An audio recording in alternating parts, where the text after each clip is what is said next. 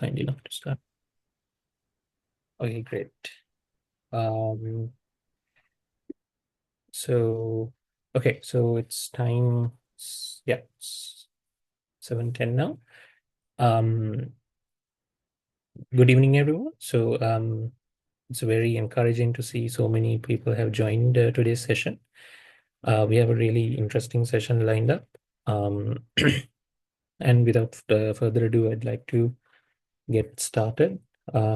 So this is the short course on System Verilog for ASIC and FPGA design and simulation, conducted by the Department of Electronic and Telecommunication Engineering of the University of Monaco, with the partnership of SkillSurf and Synopsys Sri Lanka as well. So this is the agenda that we have for today. So we have a line of experienced speakers, lineup of experienced speakers who have an array of experience on different areas, industry and research related. And we'll be closing off with introducing the fundamentals and the logistics of this year's course, which will be presented by Dr. Suboda, who is the course coordinator. And we'll have some time for Q&A as well. Right. So to talk about the first topic on our agenda, which is electronic chip demystified, I'd like to invite Jazuli Ahmed, who is currently a third-year undergraduate in the Department of Electronic and Telecommunication Engineering, and he's actually interning at Synopsys Lanka as well. And he was actually one of the team members who did a recent chip tape out with IEEE Unique CAS program. Really, so you can take over. Stage is yours. Would you like to control the slides yourself from your side? Yeah, let me do. Sure. Go ahead.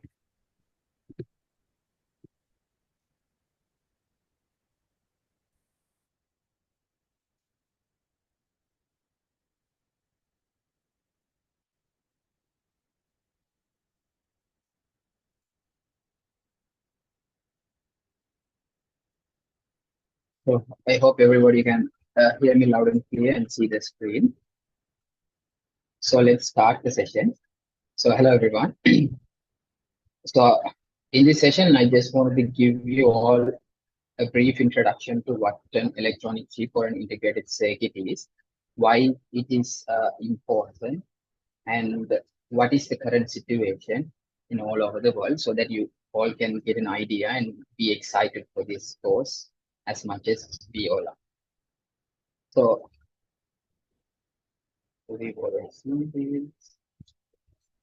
let's start with the problem, right? So let's imagine that you are living in the space race era, right? So the space race between USA and USSR, the Soviet Union. Let's say you are living in the space race era, and you're trying to send humans or the first humans to space during the space race. You need so many things need to be done in the correct order in order for that to happen, right? So one of that thing is you need calculations. You need thousands and millions of calculations that needs to be done as fast and as accurate as possible, right? So this is one of the key things you need to get done in order to send humans to the space, right? So many of you may or may not know, right? So NASA at the Langley Space Research Center used to hire human computers. So the word computer actually began as a word to call people who do computing. So people who do computing, they are called computers, right? So later only around Alan Turing's time, it was started to use for machines, right? So initially humans were called as computers. So NASA used to hire human computers to do these calculations, right? So you can see a picture of this. Is a famous mathematician. You can check the link down for more information.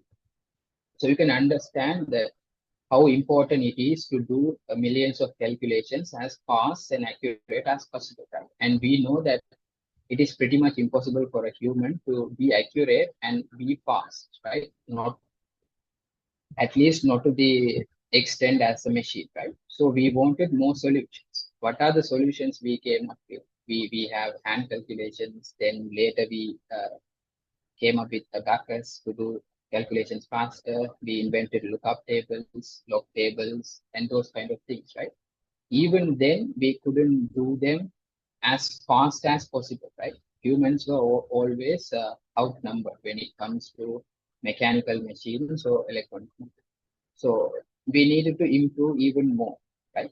So what we can do is we can teach a computer, or what we can do is we can do this computations or calculations using electronic circuits, right? So first what we can do is we can come up with a Boolean table that is needed to do this calculation. Let's say you wanted to perform addition, we can come up with this Boolean table. What that basically means is if you give these two inputs, what should be the output and the carry, right? So you can come up with this Boolean table initially. And then using that Boolean table, you can figure out the gate level diagram. We actually taught these things in our previous course, which is the fundamentals of digital system design. Okay. So you can come up with these gate level diagrams and you can map these gates into transistors, right?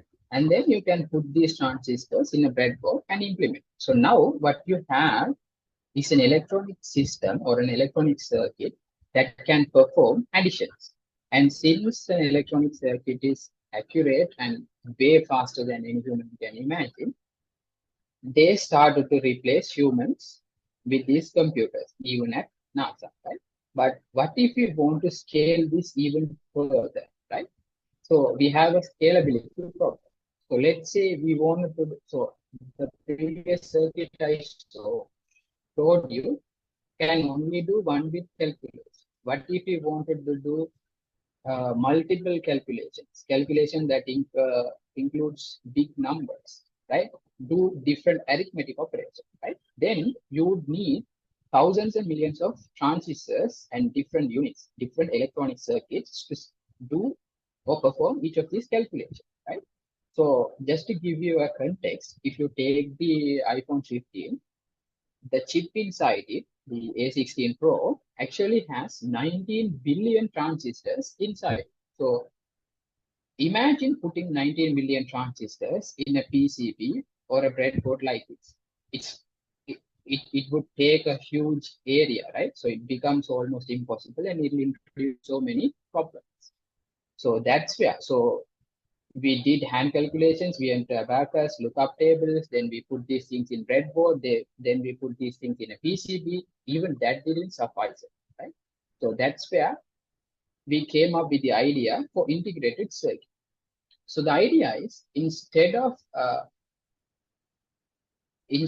just using discrete transistors to do all these computations, we thought, let's take a silicon wafer, right? So we all know that transistors and diodes are made using silicon semiconductors, right? So let's take a silicon wafer and etch or manufacture as many transistors as we want in one silicon die and connect them all in the specific way we want. That way, we can put thousands and millions of transistors in a very small condensed area. For example, you can see the image on the left. It has thousands of transistors all etched inside a silicon.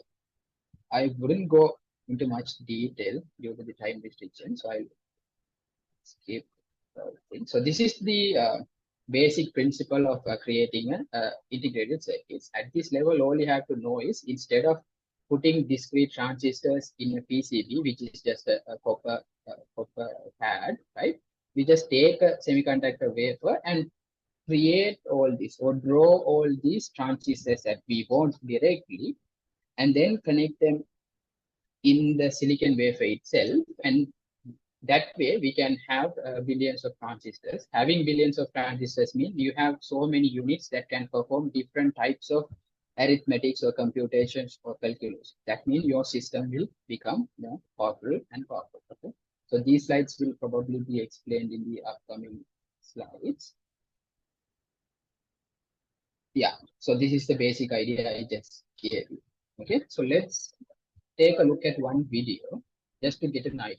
So what would happen if we just keep zooming into the CPU or the chip or the integrated circuit or the processor of an iPhone?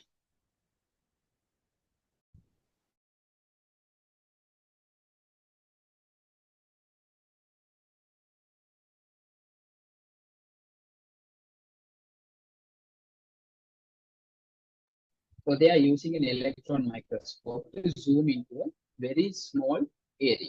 Okay? So sometimes you might be able to make out some of the transistors and the connections between them here.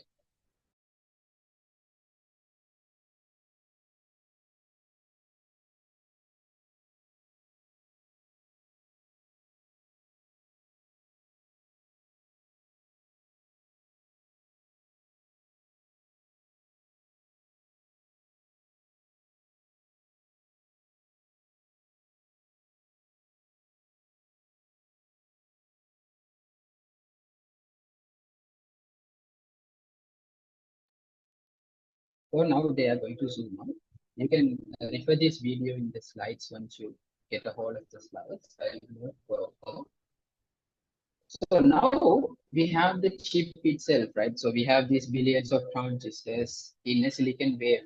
How would you give an input? How would you get the output, right? So you have a processor like this or a chip like this that has millions of transistors inside. It can only understand on and off, right? One or zero Boolean values because it's just a transistor that is an electronic system. So it can only understand on or off or high or low voltage. So what you have to give this thing actually is a bunch of ones and zeros, basically on and off sequence, and it will give the output as ones and zeros, so on and off sequence.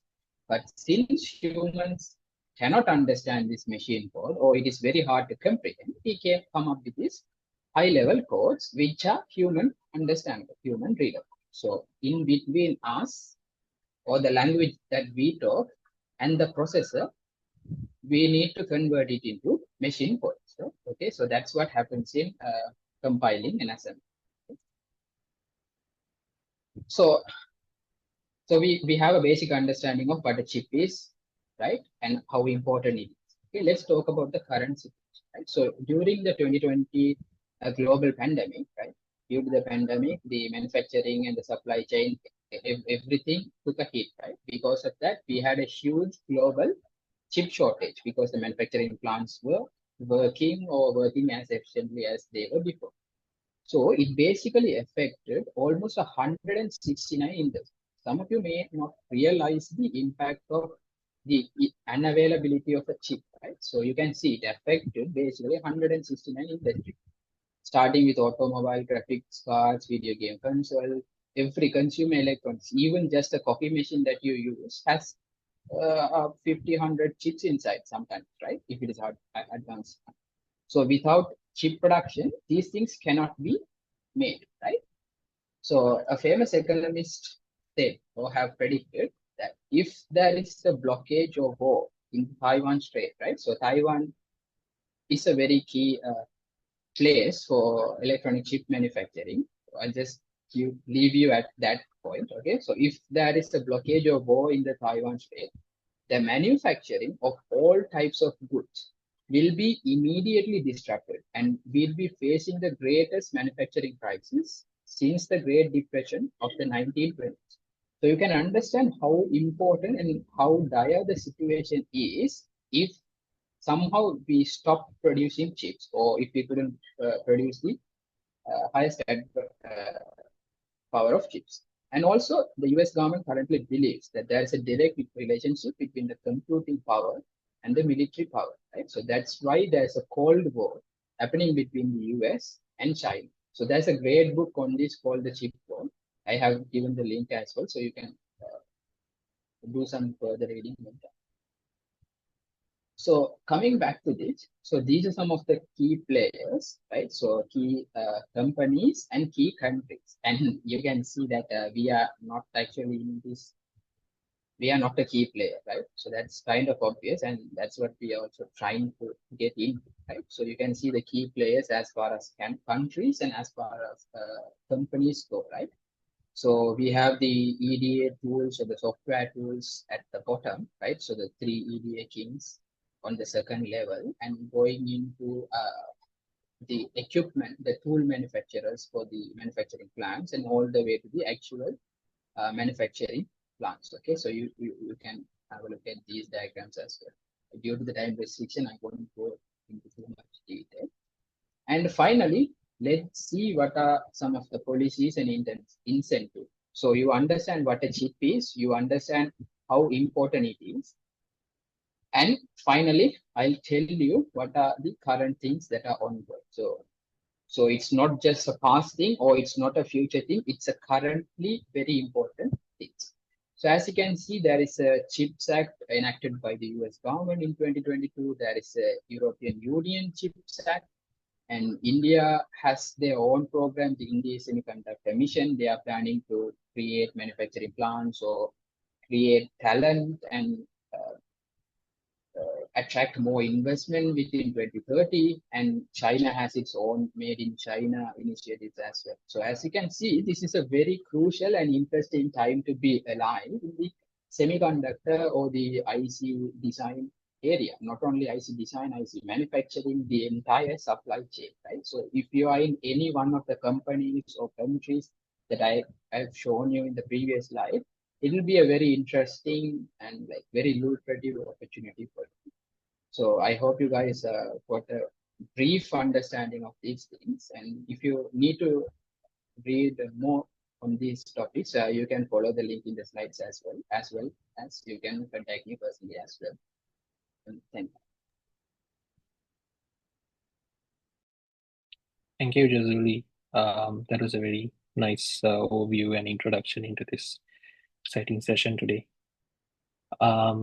Great. So next up is a very interesting session, and to deliver that session, we have someone from Synopsys Lanka. Synopsys, I think many of you know, is a world leader in EDA software, and today actually we have the Senior Director of the Applications Engineering team at Synopsys, Mr. Vetharaniam Athir-Kamalan, who also has a bachelor's degree in Electronics and Telecommunications Engineering from Bharati Dasan University in India, and has more than 14 years of experience in EDA and the entire field. So, so I would like you to take the stage and give us your insight on this exciting topic. Thank you. And let me just share my screen. Sure. I'll stop sharing.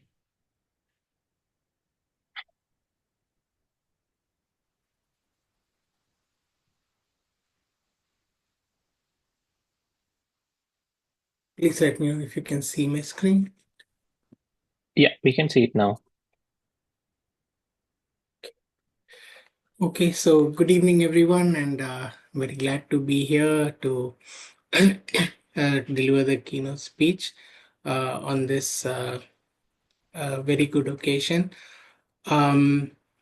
You have, as the previous speaker had mentioned, you have heard now a lot about electronic chip and how they are designed and EDA tools and other things. So in the next 20 minutes, I'll try to summarize on some of these topics like the EDA tool, Moore's law, and give you some insights into the industry, and also how Synopsys plays a major role in the growth and impacting innovation.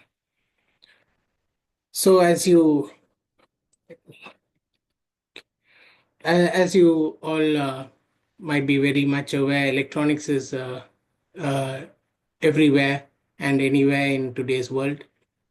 It impacts everything right from the incubator where newborn babies might be placed in, to end-of-life support systems in ICUs.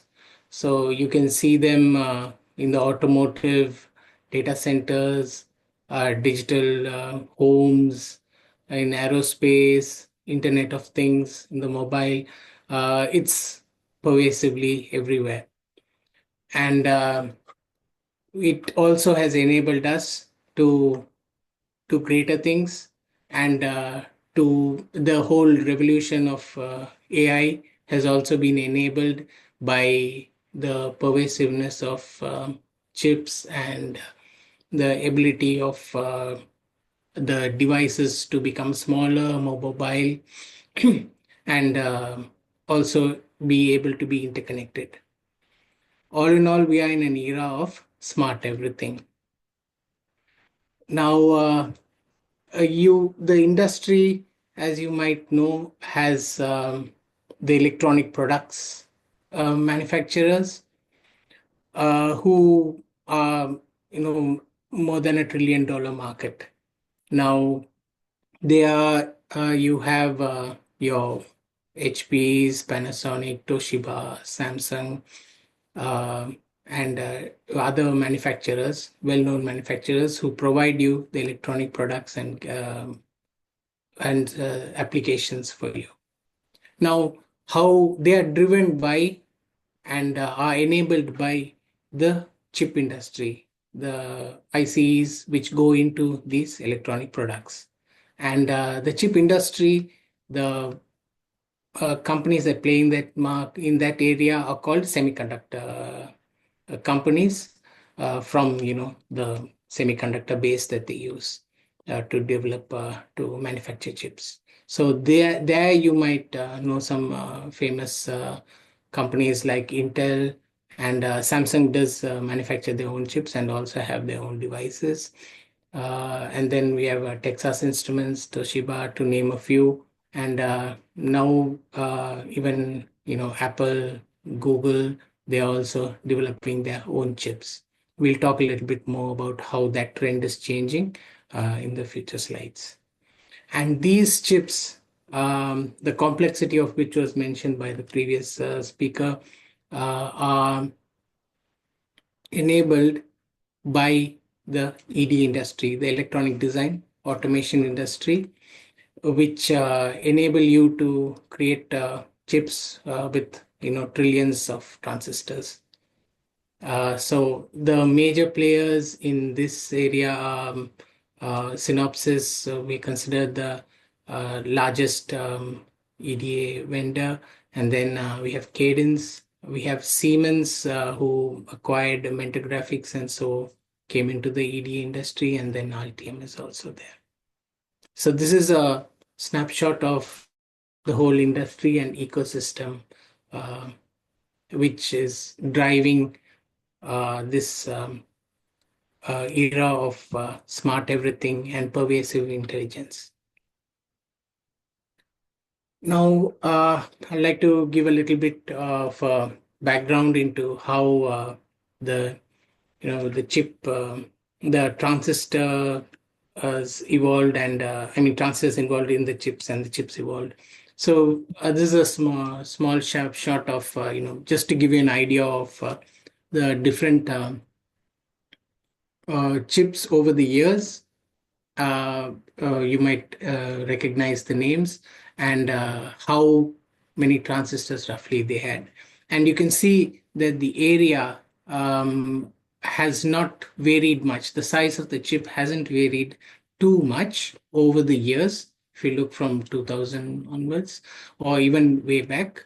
But the number of transistors in each of these chips has exponentially grown. Now, if you look at the Pentium 4 had 42 million, and the Apple A1 in 2020 had 16 million transistors, and last year the M4 had about 28 billion transistors. So this exponential growth has been driving more complex chips to be built at similar size, which enables you, which we'll see. So this was Gordon Moore, one of the founders of Intel, and he predicted way back in 1965 that the number of transistors on a chip would double about every 18 months. And it has been happening until recently, and recently it has kind of slowed down, and we'll talk a little bit about that. So these chips have also given growth or driven, as we saw in the ecosystem of how chips drive applications and electronic devices.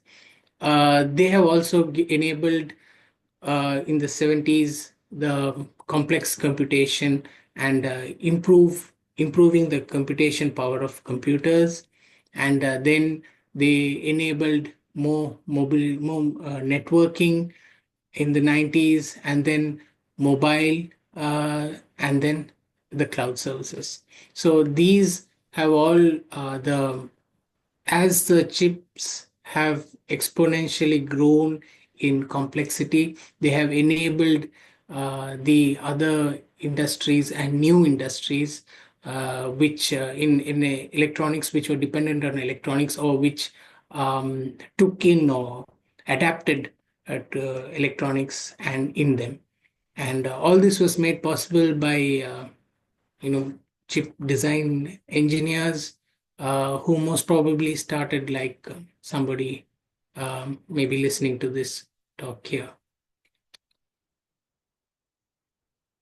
So how do these great chips happen? So you have the technology which enables you to make more complex transistors. You have the manufacturing processes and the manufacturing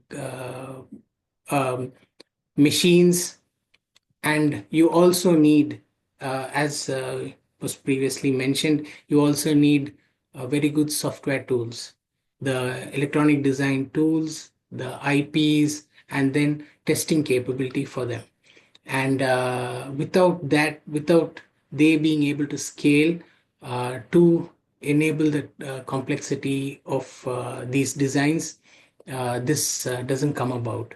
And we, Synopsys, in the last 3.5 decades, or a little bit more than now, 3.5 decades, would certainly be very proud of how we have been playing a part in enabling this industry and enabling this exponential growth.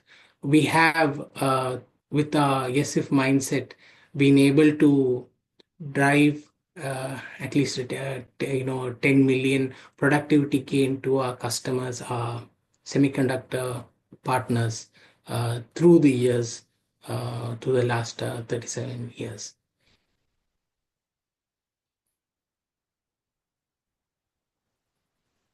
Now, a little bit on the changing market dynamics. So for many years, scale complexity was delivered by the previously mentioned Moore's law.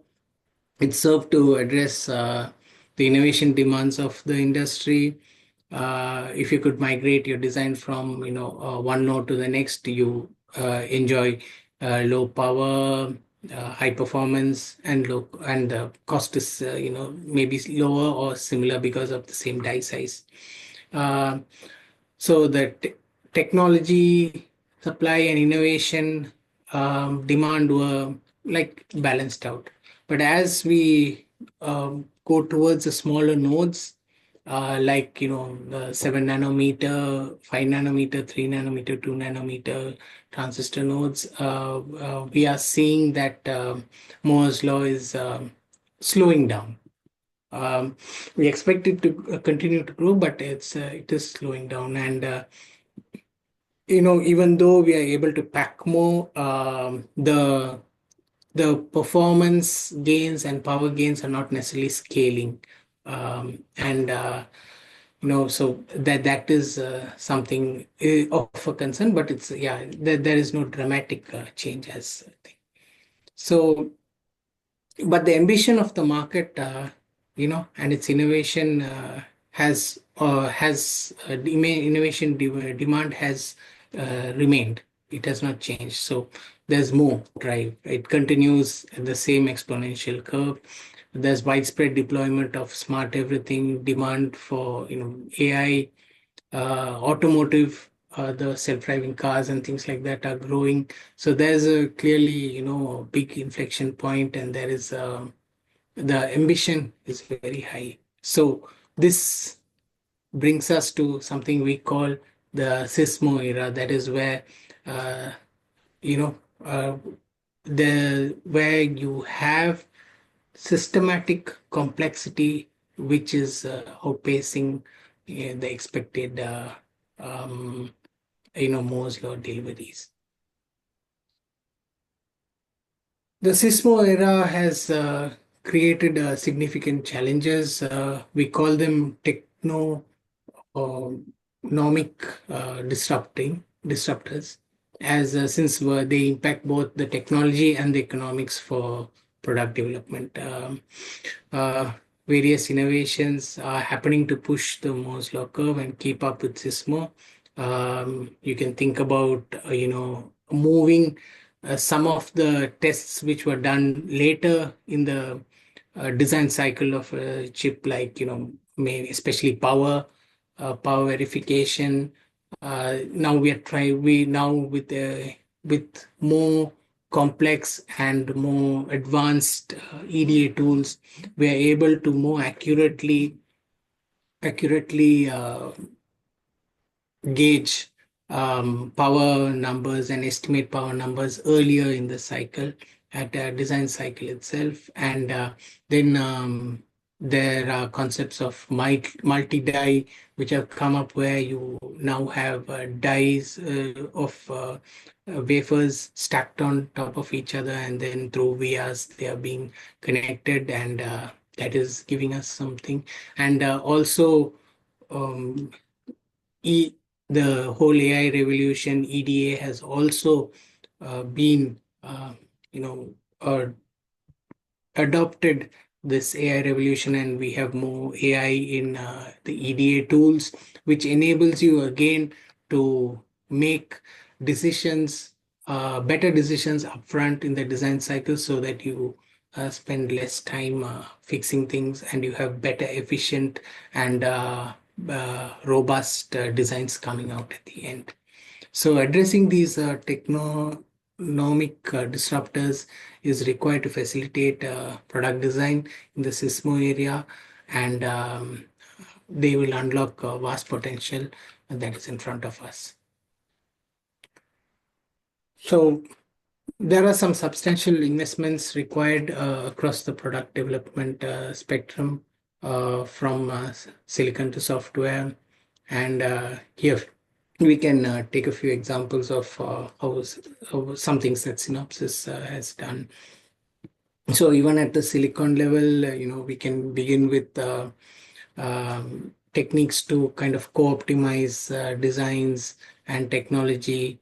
We can address device design and library co-optimization. Then going up the stack to the chip level, we can there are many demands of many technologies enabling IPs to be fully integrated to allow for holistic design approach. And at the system level, there are many challenges around safety and security, power optimization, and deployment of digital twin technology for system validation. At the software level, massive stacks can be validated for security robustness and compliance. And we have also looked at unifying the backbones for cloud access, data analytics, and the deployment of AI. Machine learning are also required. We also deliver comprehensive services to escort customers into the new paradigm. Synopsys has major investments in all these areas. We continue to invest in breakthrough innovations to support the market demand. So the market is changing. We can see some significant changes across many markets. Some of the traditional consumers of chip technology, and some of them are that, and then there are other people who are adopting chip technology into their industry. So you have the data centers which are already there, but now we have financial services and healthcare and those areas also which are coming, which are driving, which are taking up these uh, innovations, because they see there's a clear path and clear advantage in integrating in these areas. So demand for smart everything seems limitless. Innovation is fueled by, of course, the semiconductor and software advances, and with the proliferation of this AI and big data, massive compute and machine learning, there are a lot of advantages that many industries are looking at. So all cases, there are growing demand for smart everything, and hyper-connected world generates massive growing amounts of data. Analyzing this data on device, the edge, and the cloud creates huge opportunities for improvement.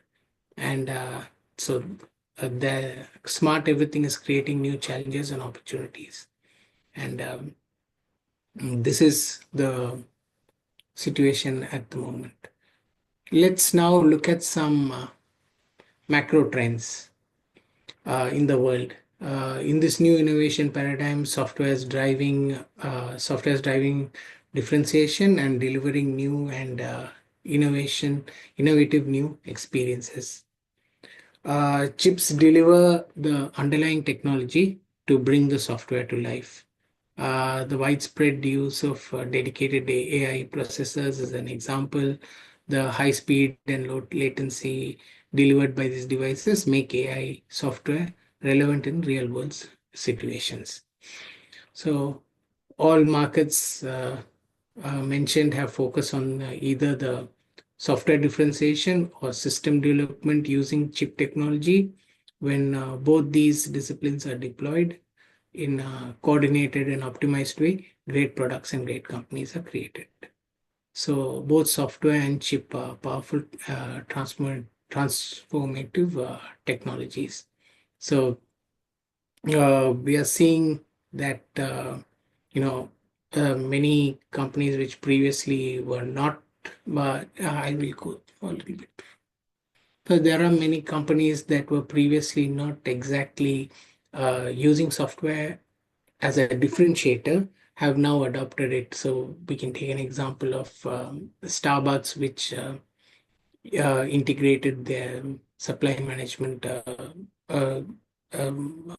system with better software technology, and that enabled them to grow their revenue significantly in the 2000s, early 2000s, and then Caterpillar building better digital solutions, and Johnson & Johnson, which is also a vaccine developer, was able to deploy cybersecurity software, and which enabled them to find security vulnerabilities into their insulin pump. So these are some of the industry players who were traditionally not software technology driven, but they see that this can be a differentiator for them, and they are embracing this. Now chips are making some other companies like we have Amazon, and it's a familiar trend. System companies are differentiating with custom chips that they can design in-house. So they're taking the chips and being able to taking their designs and needs and making custom chips. So the technology becomes core to their business, and so they want to own it and not outsource it. Many of these companies previously had no presence in the semiconductor market, and now they're major consumers of chip capacity, and they work closely with EDA vendors also. You have Volkswagen, the car manufacturer, who feels that it's better to design their chips themselves. And yeah, I spoke about Amazon and many others. Then we have another set of players, like some of the valuable companies like Apple and Tesla, who have everything coming together, right? We have the software, we have the hardware, and we have services, and they want to see how they can co-optimize and better integrate these things. So coordinating the development of complex software and sophisticated chip allows them to get to the next level. So Apple is one clear example. Tesla with they designing their own chips and then integrating with their systems is another a very big example, and they're having very good success also in these areas. Now, with this AI revolution, we are seeing an unprecedented opportunity of massive acceleration in semiconductor demand. If you look at it took us 60 years. It took 60 years for the semiconductor demand to get to about $500 billion market, and the prediction is that in the next in the next maybe 6-7 years, or the total range of between 8 to 9 years, it will double, right? It will go to $1 trillion dollar demand. And we are also expecting that by 2027, there's a revenue forecast in the data center and edge computing areas where there seems to be there's expected to be tremendous growth in these areas. So the governments also are taking notice. It's always a very good sign when you see that government policies track development in technologies and decide that it's important for them. So important for them in the sense, even from a national security, from a national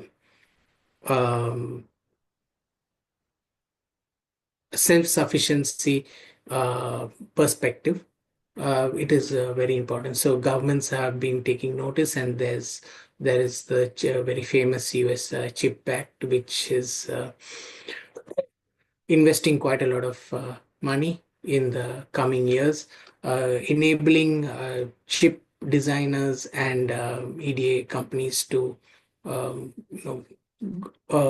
take government grants to innovate and build the next. And then, of course, Intel is one of the big beneficiaries of this, and they have also increased their foundry investment.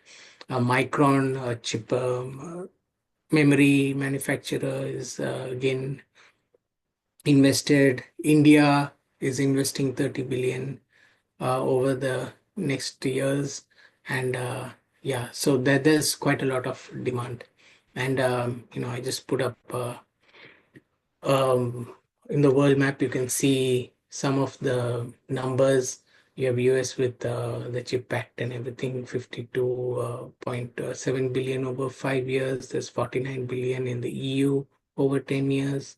India's 10 billion over 6 years, and then China 150 billion over 10 years. Taiwan 750 million annually. Japan 8 billion, and Korea also 50 billion over the next 3 years. So you can see a large investment from the Asian side also, and a lot of interest, and of course our neighbors India. So this should uh, enable growth opportunities and in this region also, and we hope that these kind of high tech opportunities are available. So, to summarize, the new semiconductor ecosystem is here and driven by software and enabled by the chips. There's a vibrant market, compelling innovation drive, inflection point. Innovation demand is far greater than the technology supply. Investment around the world to build workforce for tomorrow, and Synopsys stands ready with ambition and investment to catalyze the era of smart everything. This roughly means that there is a need. It is a very viable career opportunity also. That there's a lot of need for good, talented engineers to work in this area. And as a country, we have a great opportunity to get into this era, and especially being, proximity to India gives us a huge advantage to step into this era. And not only as a consumer, but also as a technology disruptor. Thank you. Thank you very much, Mr. Kathikamal, for that very insightful and very engaging lecture. We are very excited to have Synopsys together with us on this short course, and to make many more things happen in this field, this space in the upcoming years. And with that, I would like to hand it over to Abba. Abba, you can take it over now. Thank you. Oh, great. Thank you. Can you see my screen? Yeah, you're visible, Abba. Okay, great. Excellent. So, all right. So this session is about making a chip a 50-year journey. So the idea is to give you like an understanding of like how the chips are made on on a deep level. So like we have been talking about like the importance of chips today, and like how these EDA tools are helping us to like design chips like every year. So then like it's good to look back and see like where we started like 50 years ago, and then like how things have progressed, and how like the steps throughout that hasn't changed but have been like what improved using these EDA tools, right? All right. So I'm Abba.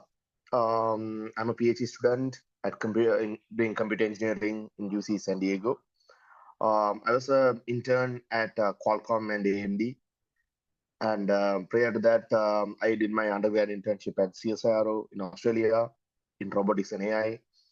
And I completed my bachelor's in Department of Electronics and Telecommunication Engineering, ENTC, in Moratuwa. And prior to that, and after that, I was a junior lecturer for some time, some consultant for ENTC for some time. And I also worked as an RTL design engineer at Lemurian Labs, which is a Canadian chip design startup, for about 1.5 years, right? So here's my blog. I have written about some of my projects. So I'll be doing most of the lectures in this course as well later on. So if you have any questions about that also, you can ask. All right. So 50 years ago, it's the good old days. So this is the DCCOM 141, it is a calculator. So basically in this time, Intel was making memory chips, right? So the chip design, they were making some some memory banks and stuff, but they hadn't gotten into this the processor business, right? So then they got this order from this Japanese company to make some processors for a calculator. Okay. So some CPUs for calculator. And so then and they didn't have any expertise, like Intel didn't have any expertise back in the day. So they hired so they tried to do this for like several years, like a couple of years, and the project got nowhere because they found like it is more complex than they thought. And at the end, like they hired this guy, right? So he's Federico Fagging, like he's known to be the designer of the first processor, right? Like the Intel 4004 first consumer processor, maybe. So yeah, and so he had like a very good understanding of the entire stack that we are going to talk about, right? So from the very like top architectural level to the very bottom designing the transistors. So he pioneered some innovations in the FET transistors, field effect transistors.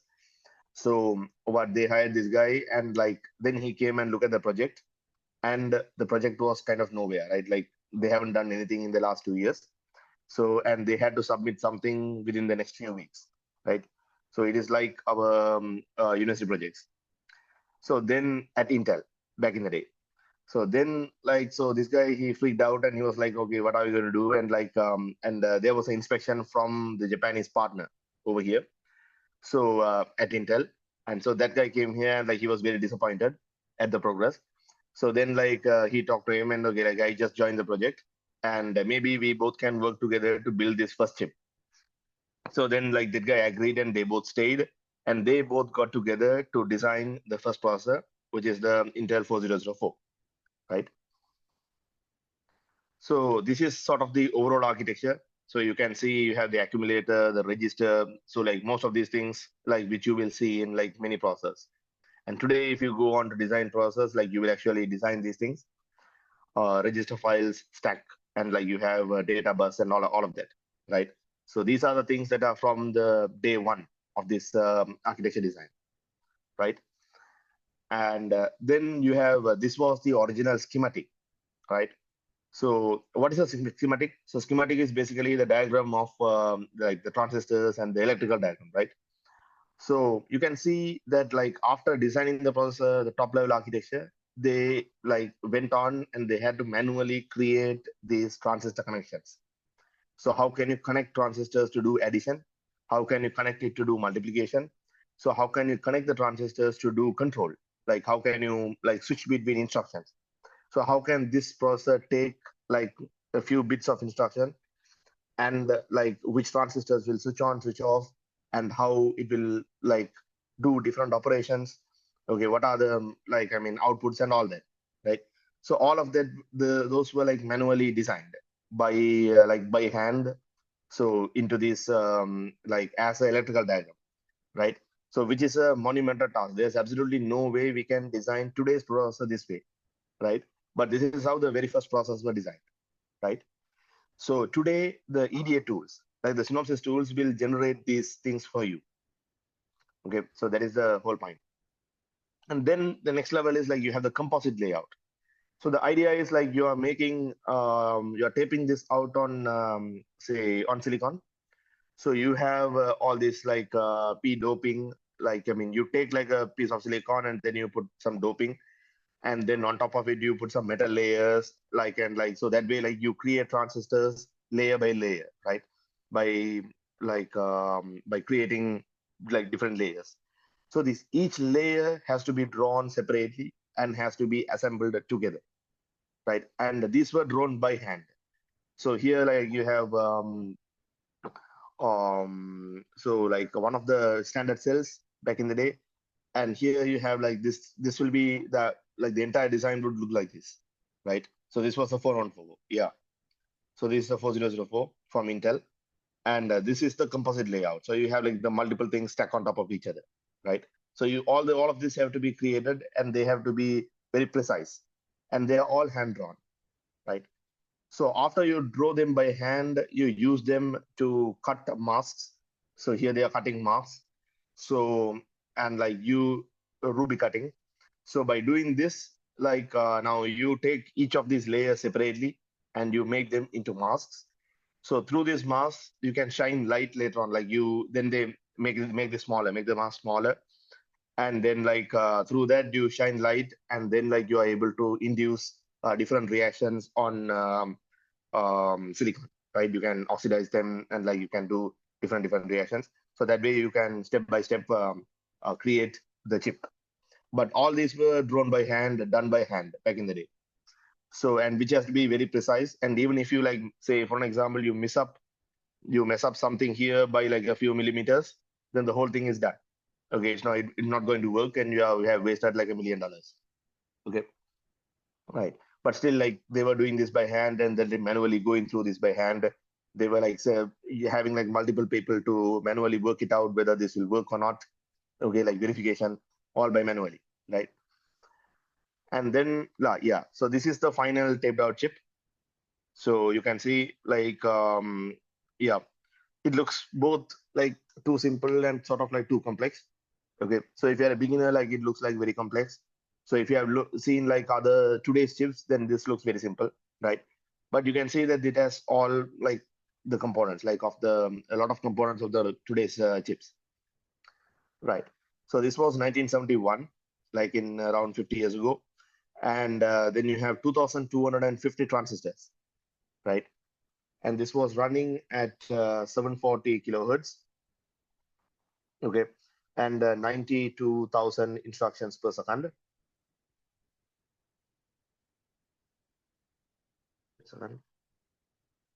Yeah, 92,000 instructions per second. And yeah, so you have like a nice simulator over here. So you can check this out. So I guess it's over here. And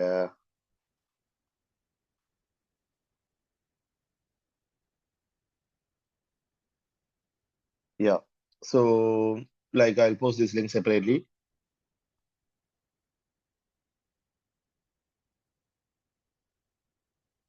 Yeah, so you can download the simulator and you can actually like play this, and you can see like you can send each instruction.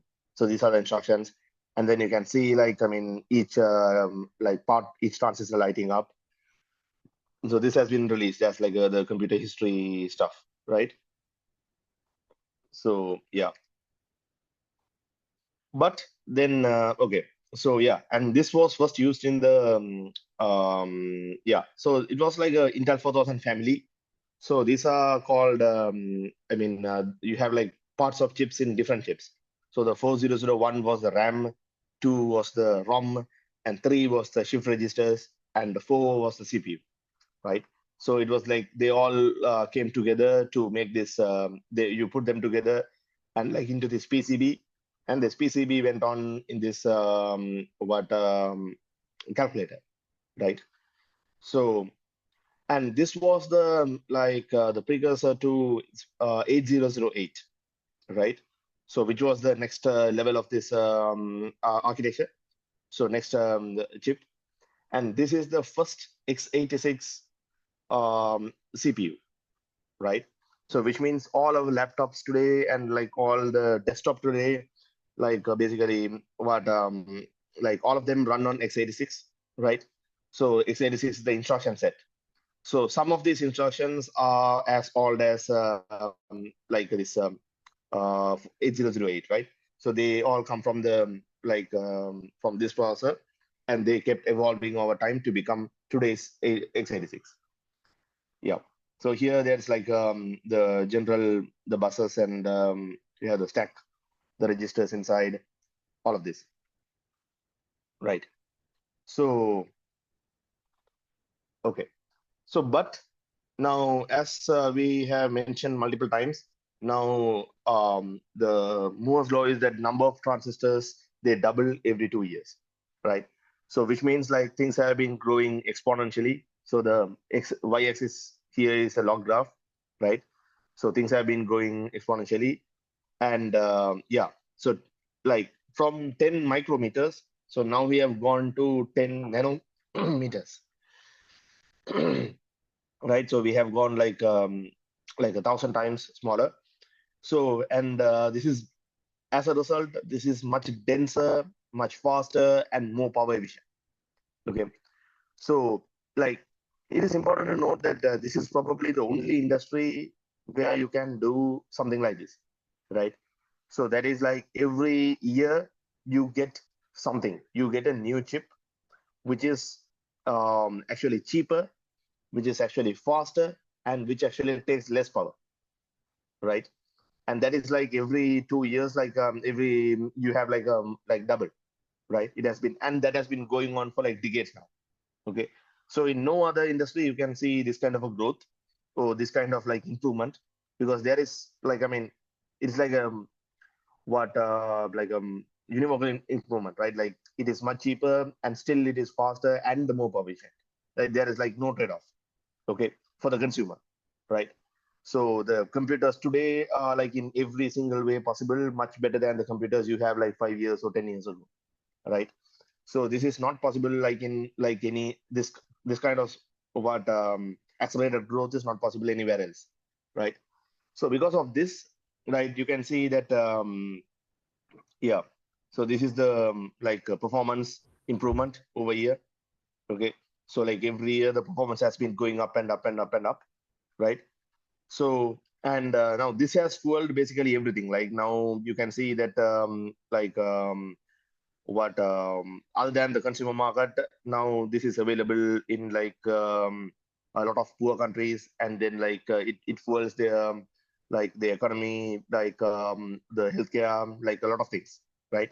So it is like a real good in the world, right? But then again, yeah, the Moore's laws has been slowing down over time, right? So which means the industry needs better designers. So now, so all this time, like the industry sort of like relied on so the transistors getting better. But now because like they're hitting a wall, you need like better designers to keep this going, to keep the what improvements going with the same technology, right? So you can actually see this in the say M1 chips. So and then later on the latest chips like in the last 2 years. So there's like a huge improvement, right? So the M1 chips, Apple chips, they were like really really good. Okay. So and then until that time, Intel, AMD, and like other companies were like, I mean, they didn't care too much about power efficiency. So they were just like their laptops didn't last like 2 hours or something, right? And then Apple came up with their stuff, because like it is possible for them, because they control the hardware and software. So, but they came up with that, and then like immediately you have like after a couple of years, you had Qualcomm releasing their 𝐁 chip. Okay, so it is again like an ARM processor, but then like within like a year of that, right? So Intel and AMD, they release x86 chip. So it is not about the ISA, but about the actual design of the architecture, right? That's what we see, right? So which means they could do this before. They could do much better design before, but like they were not like too keen on doing it, right? But then like when in Apple and Qualcomm did it, like Intel and AMD released their chips, Core Ultra series and like the AMD's series, and they are like much better than Qualcomm's in some ways, right? So now the market is very competitive, and they are hiring like very good designers. Okay, so that is, which means like you have like a very good future, like the people who have in this call, right? So the industry needs you. In addition to that, like how is this possible? Like, I mean, you keep doubling this thing, and like the complexity keeps doubling. Like, so how can you keep making this, right? So, and you can see that from here as well. Like, I mean, you started, these are the Apple chips. So you started in from 90 nanometers, and like you every generations you go. So this is the size of the, like it roughly correlates to the size of transistor, right? So the transistors have become smaller and smaller and smaller and smaller. So you have 7, 5, 5, and 4. Okay. So you have all that. And yeah. So the question is like, how is it even possible? Okay. So like the idea is like if 4004 was a house, so today the CPUs are as big as a country. Okay, so that is the like 4.1 million times bigger. Okay, so that is about the number of houses in Sri Lanka, I guess. So yeah, so like from a house to a country, like that's what they are designing, right? And every year, like they are designing a new chip, and they are like selling millions, right? So the whole the flow, it takes like, I think about maybe like 2.5 years or something. So which means like you have to design like an entire country like within 2 years, and you have to keep doing that like every year, right? So how do you do that? So like, how do you handle this complexity? So the only way you can handle this kind of a complexity, right, is abstraction, right? So no engineer in the company knows anything and everything. So nobody needs to know everything. Okay. So like, which means they know only their level. So there are like multiple levels. So there are, if you are designing an entire country, then there are some people, the architects, who design like huge provinces and maybe the highways, how they are connected. And then there are people inside who design the, say, districts and like the small routes that are connected. And inside that, like, etc., etc. And then there are some people like who design houses, right? So you have like different people designing different levels, and they don't know everything, right? They are not good at everything. One. And the second one is you can reuse the parts of design on every level. So you need to be able to sort of like, if you have like sort of a district design today, you should be able to use the same design the next year for a different node, right? So like that is also should be possible. So yeah. Then again, so all this is made possible using these CAD tools, which are designed by like Synopsys and Cadence and these companies. So these CAD tools are smart enough to optimize the high-level logic, right? So everything we saw just now, like, I mean, how the very first chip was designed by hand, like people were drawing stuff by hand. So all these are done by the tools today. So the, like, what people do is like you design the stuff and like you make the tools do different things, and you check if the outputs are correct, right? So that is the job of the engineers, right? So that increases the productivity of the engineers a lot. So which makes us design much bigger things, right? So, and these CAD tools are also like very expensive, right? So like I think the entire suits is like millions of dollars, okay?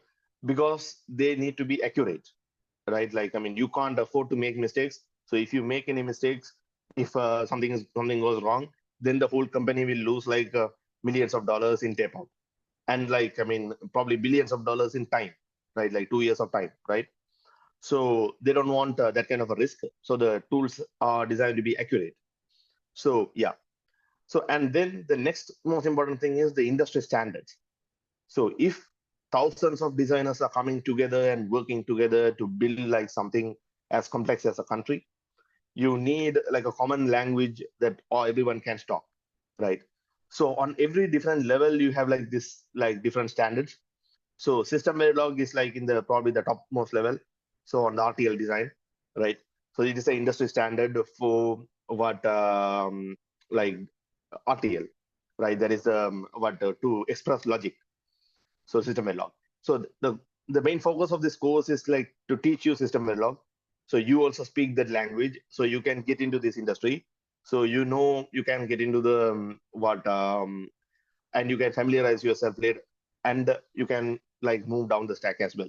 So you can learn every part of the chip design, right? And then you have GDS2. This is another standard, like which is for layout, right? Like we previously saw the layout diagram. So that is expressed in GDS2. Then you have lib files, you have left files. So all this will teach you, okay, in this course. So all these are industry standards which make us, which make it possible for us to design these things as complex as a country, right? Okay. So for the next session, I will hand over to Supan. Yeah. Thank you, Abba. Let me share my screen.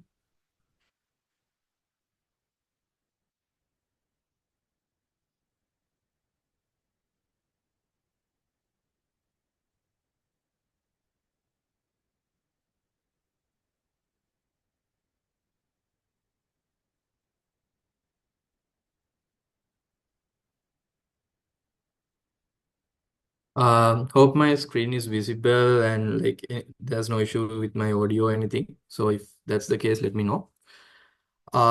Yeah, so like as Abba mentioned before, like now we are making very complicated chips. And if you look at the like first chip that we made, it was like done very in a very manual process. But now we are at a stage where we can make very complicated chips on like annual basis, and let's see how that is made possible by combining like concepts like abstraction and the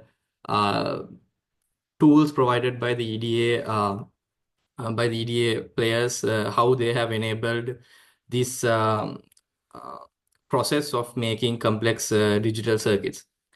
So to start off, let me briefly introduce myself. So I'm currently working in the 𝐁𝐚𝐭𝐜𝐡 AI team at 𝐅𝐏𝐆𝐀 Technologies. So we are like basically making a AI accelerator, like an AI inference accelerator there. So I recently graduated from University of Moratuwa from the Electronics and Telecommunications Engineering department. And before that, I was a research affiliate at the University of Sydney. So to start off with the process, when we are designing, let's say, a digital IC, the first and the foremost step starts with just like pen and paper. So the first step is architecture design. That means based on the specification that we have and the problem that we want to solve, we basically draw down how we want to design the system. So it goes from like first having, for example, like a high level diagram like this. And then after that, we go into each like small components there. And inside that, we also like specify how that specific part also works. And for that, we use like constructs like state machines or lookup tables when doing that. So first part is we basically write down what we want to design on like pen and paper. So after that, when we have like specified, okay, we want to design this in this manner, then we go on to the next stage, which is the logic design and verification. So in this process, what we do is, so in the previous step, we have made the basically the architecture, the thing that we want to design in like pen and paper. And in this part, what we do is we describe the logical functionality of like each particular units here. So for example, let's say after the first stage, the part that you are designing, you are tasked with making a, let's say, an FIR filter. So that would like on a block level look like this. So in this stage, what we would do is we would use a hardware description language like System Verilog that you will be learning in this course. And you would describe the behavior of the logic for that specific unit. So after like describing that the logic behavior in that, we have to like verify whether like the description that we have provided or the way that we have defined that it works is actually correct or not. So because of that, we do like testing here. So the way that we do testing here is we make like a test bench that basically uses the logic description that we have made, and then we give some sample like inputs, and then we see whether the output that we get from our logic description is consistent with what we should get. So in that process, you will learn in this course that you will be like working a lot with like diagrams like this. And when you go for like advanced like simulation methods, instead of like checking whether the output is correct manually, you would be like automating those stuff, like checking that along with like a golden model. So in this process, like for each of these things also, you have different tools. So as I mentioned before, logic design, you will use like a hardware description like language like System Verilog to do that. And you can say an interesting about System Verilog is you can use that for making the test bench as well. So from the one language that you learn, you can basically make the logic design, the logic description, and also the test bench to test it as well. So you can make the test bench to give the sample inputs and everything. And then using tools like Synopsys VCS, you can simulate the test that you have made to see whether it confirms with the actual functionality you want, right?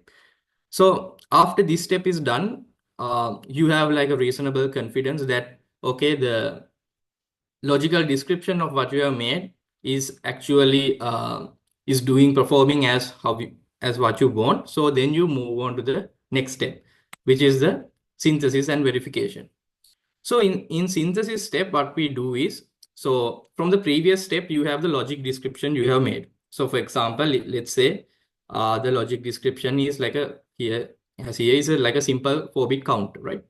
Then in the synthesis step, what happens is that logic description gets converted to an actual like circuit made out of like AND gates, OR gates, and like things like flip-flops and latches.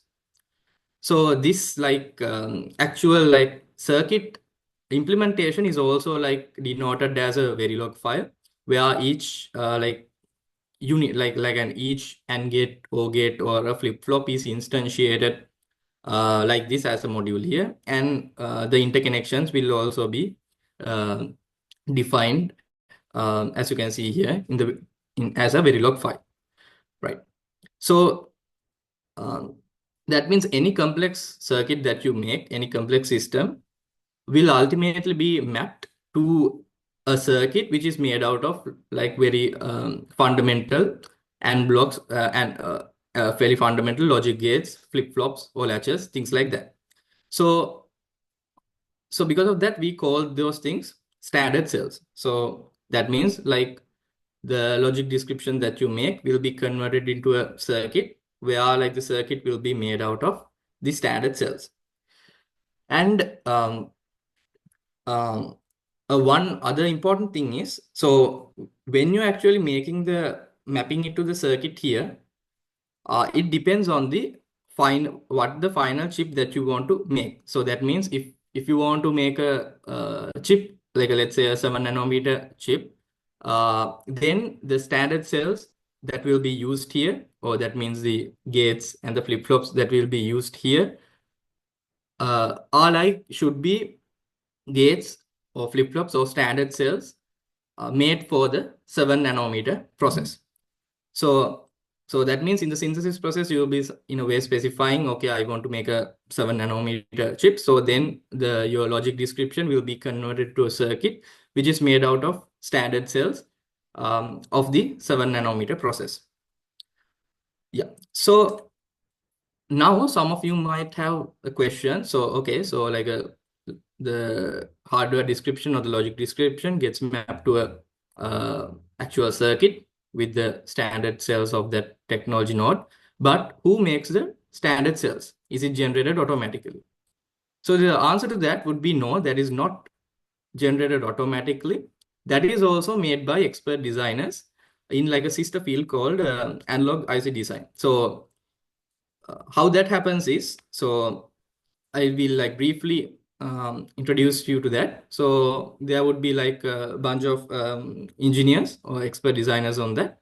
And for like one technology, one process, so let's say 7 nanometer process, they would use a EDA tool like Synopsys custom compiler, and they will start from the schematic and then go through all these steps, and they'll also make the layout for that specific standard cell, and then like after going through this process, they will be able to make a like a standard cell for a specific technology node.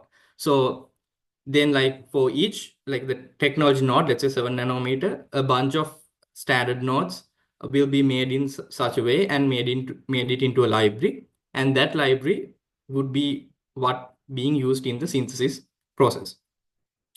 Okay, so this is like a so this is like a CMOS transistor, and like all the processors like 7 nanometer, 5 nanometer, all the processors currently use like the CMOS technology. So that means like all the standard cells are made using like basically CMOS transistors. So coming back to our like the entire so the digital IC design process, if I were to summarize the synthesis step, what we would be doing is we would be basically converting the logic description that we have made from this step, and we will be converting it to the actual circuit for the process that we want. And that circuit would be denoted like this, and it would be we would call it that a netlist. So this step you don't have to do like manually, and that would be done automatically through EDA tools like the Synopsys design compiler.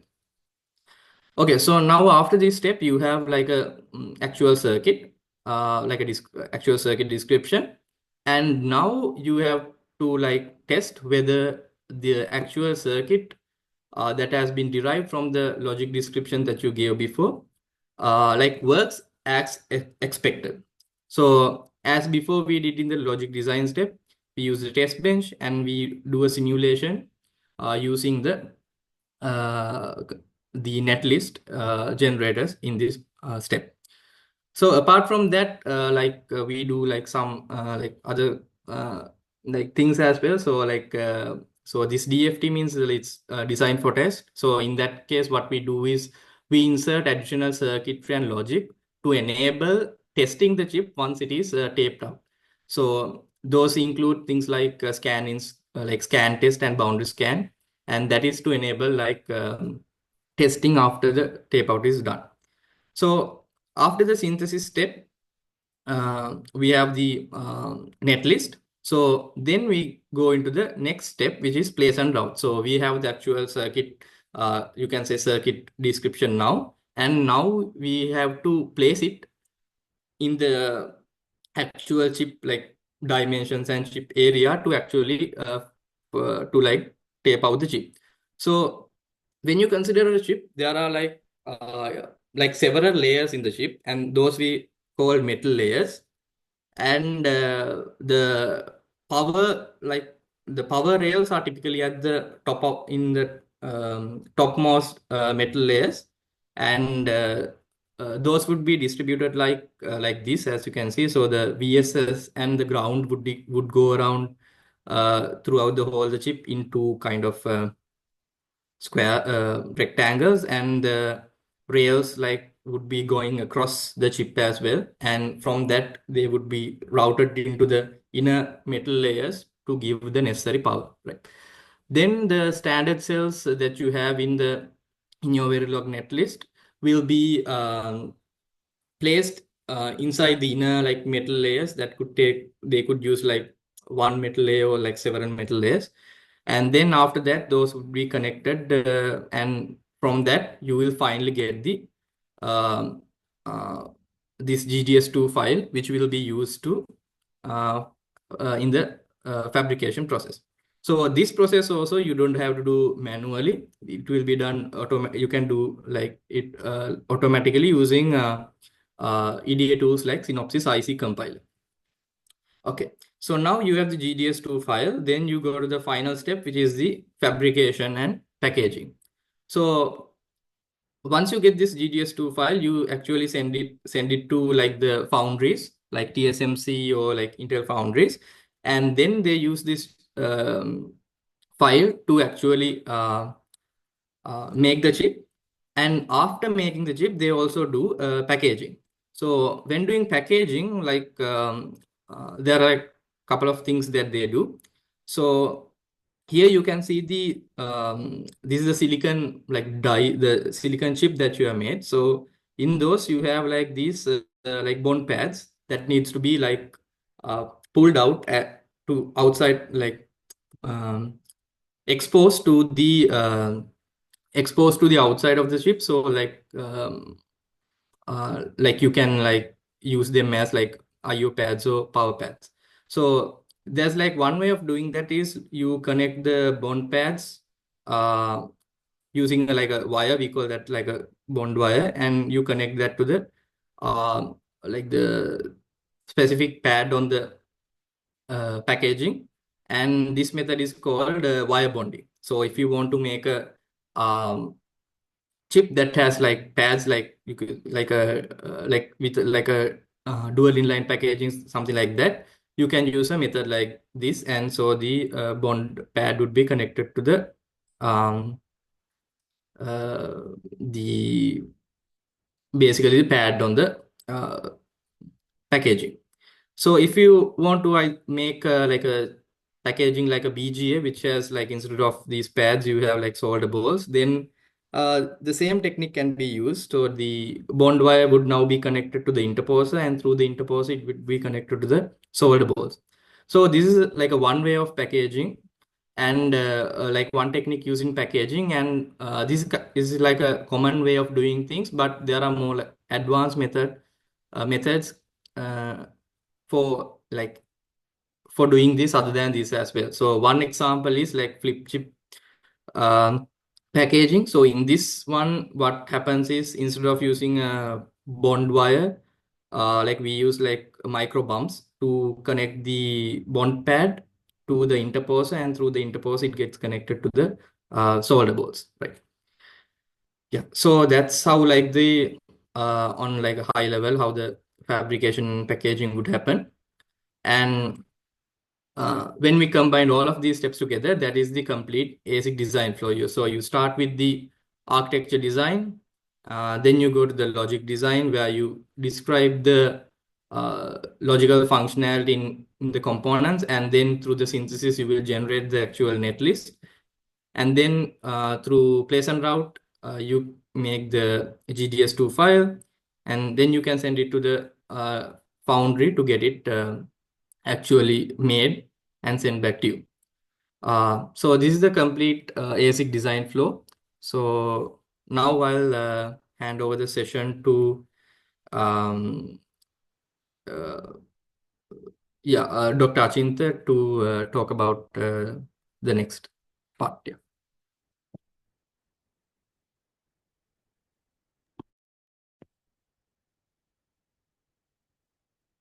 Let me share my screen.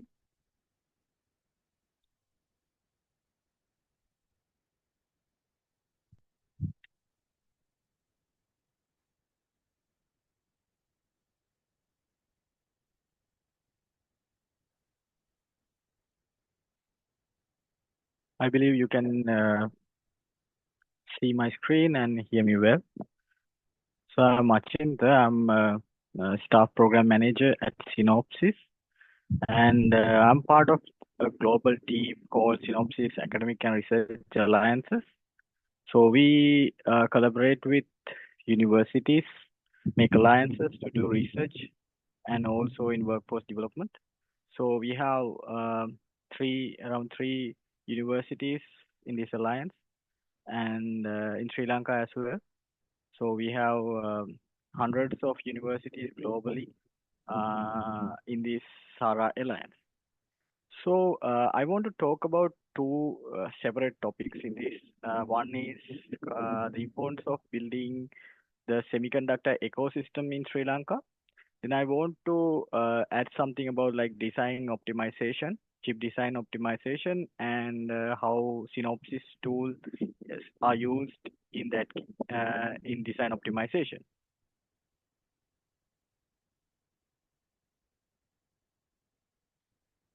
Okay, so I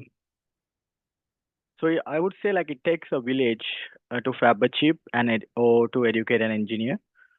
So in the village, I wanted to convey that like a lot of people, like in many areas need to get involved.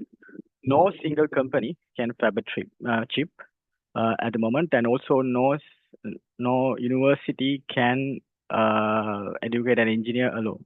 So we need to collaborate. So as many of the speakers mentioned, we have a set of leaders, set of companies in each segment. Like if you go through the ASIC design flow, and also these different design levels, we have different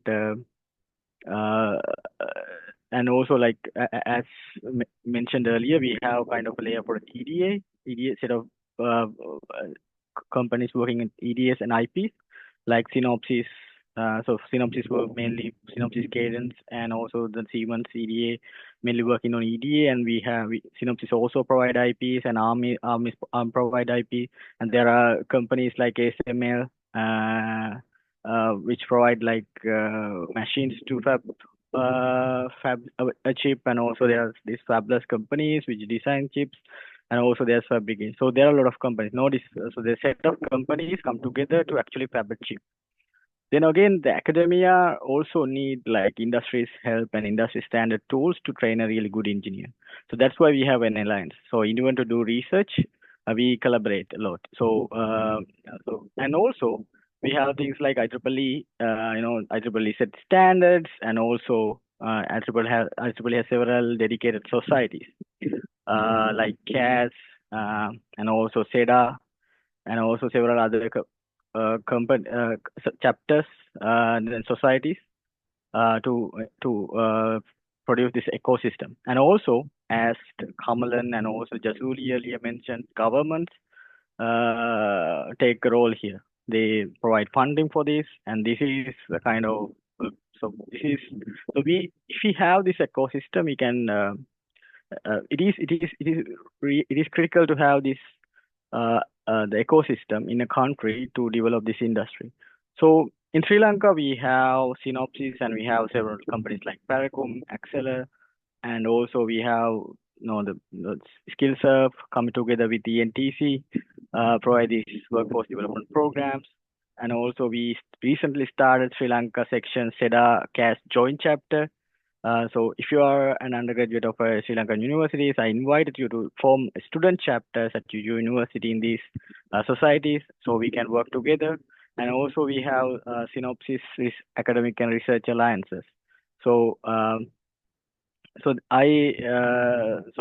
we have this, actually we can develop better and better engineers, and also we can expand the industry, semiconductor industry in Sri Lanka, and also I believe it will create many opportunities. So for example, like one of the examples is like in this course also you will learn, and then you will get an opportunity to fab a chip, and also so as Jasuli has previously done, and Lohan and the team, they have actually sent the chip for fabrication, and it was done under the unique CAS. So that is kind of competition in CAS society. So you can understand how things are connected, and also even in this session we have many different parties collaborated together to deliver this session effectively. So moving forward, so yeah, in earlier presentations also, like we went, the iPhone was mentioned several times. So as you know, like talking about the optimization, power optimization is one of the main aspects. So talking about optimization, we have like power performance area, and also we need to consider price. So again, as you can understand, power plays a critical role here. So you need to have better battery life in your phone, right? And also there may be environment concerns. And also if something goes wrong with the power, you have really bad consequences, right? So and you can see that many presenters clearly described this. We cannot go further with it is really difficult for us to go further above 3 nanometers with the Moore's law. So designers has the role of optimizing these chips for better power consumption, and EDA software should support it. So at Synopsys, we have, we have Synopsys full flow for the whole IC design flow, and also we have kind of a dedicated package for power optimization as well, that works in different levels. So I'm taking a kind of a case here in the power, the impact of power optimization. So, in the original design, like iPhone 11 Pro, average power consumption by phone was 6.21 watts. So if you assume like 1.5 billion phones are manufactured a year, the total power that is required is 9,315 megawatts. That means 19,500 megawatt power plants. So if you go from our like this Synopsys power optimization tools, we can get 4.5 power reduction. That means 5.93 watts per phone. So that means if you assume it assume 1.5 billion phones are manufactured, here we say like we actually can reduce one power plant. So that is clearly an impact which can be made by Synopsys tools. And also there's another example. One example of one of the Synopsys tool, how Synopsys tool performs in design space optimization. So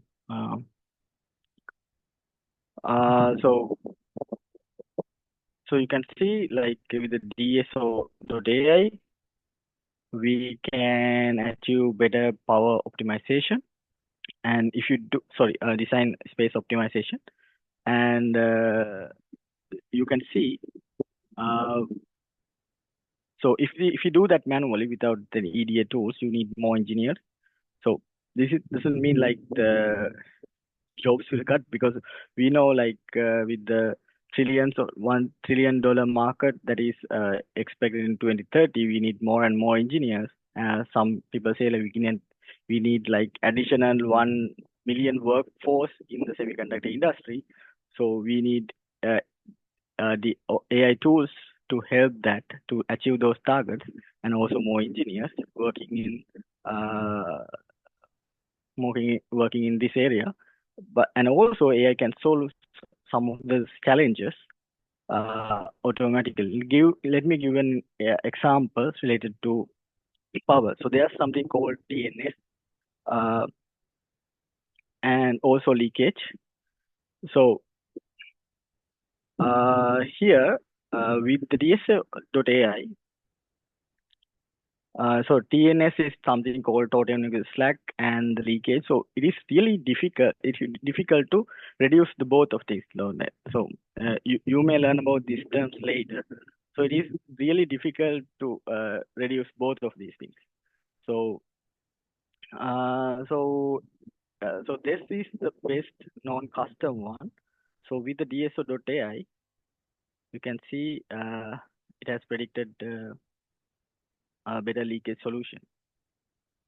So and also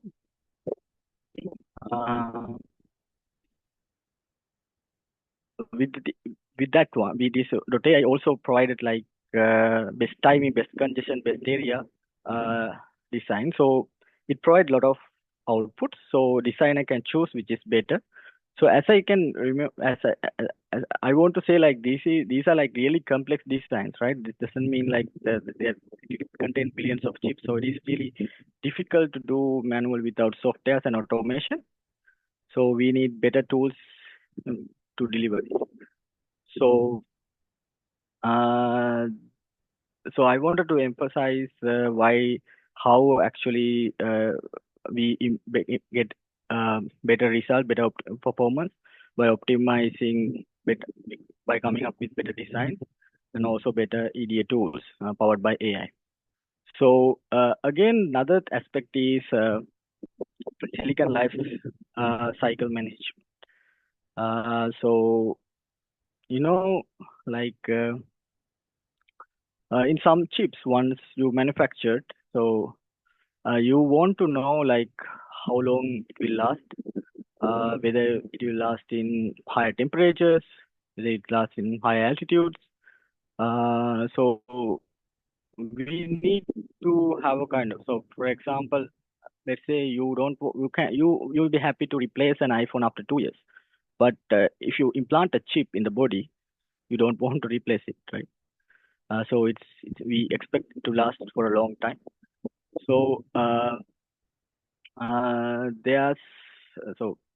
there's a way that you can do, like you can integrate more sensors to the chip, and where you communicate with it, get the data from it, and analyze those data, and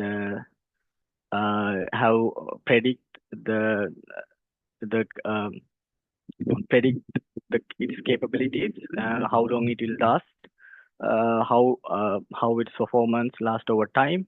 You can analyze those data. So most important, what I'm saying is like the silicon lifetime management, yes, there's so you need to have like better EDA software or like EDA solutions to analyze those data. That is one aspect. And also you need to design chips that are capable of communicating these results, these data, right? So so these are kind of the directions that we have, and also they have so Synopsys design family. So this is, I added this as last slide. So I think Supun explained really very clearly like how different softwares are used in the ASIC design flow. And also so this is digital design flow, like one cluster of our software. So even the ASIC design flow is like, is compared with we have like several other tools which can be used to optimize this design. So one good example is RTL architect. So we can get an understanding of PPA at the higher level of design. So in this course, what you will learn is design compiler, and also IC compiler, and also you will maybe use VCS to get a hands-on experience in verification. Yeah, so that's what I wanted to emphasize in this presentation. So I think we can move to our next presenter. Thank you.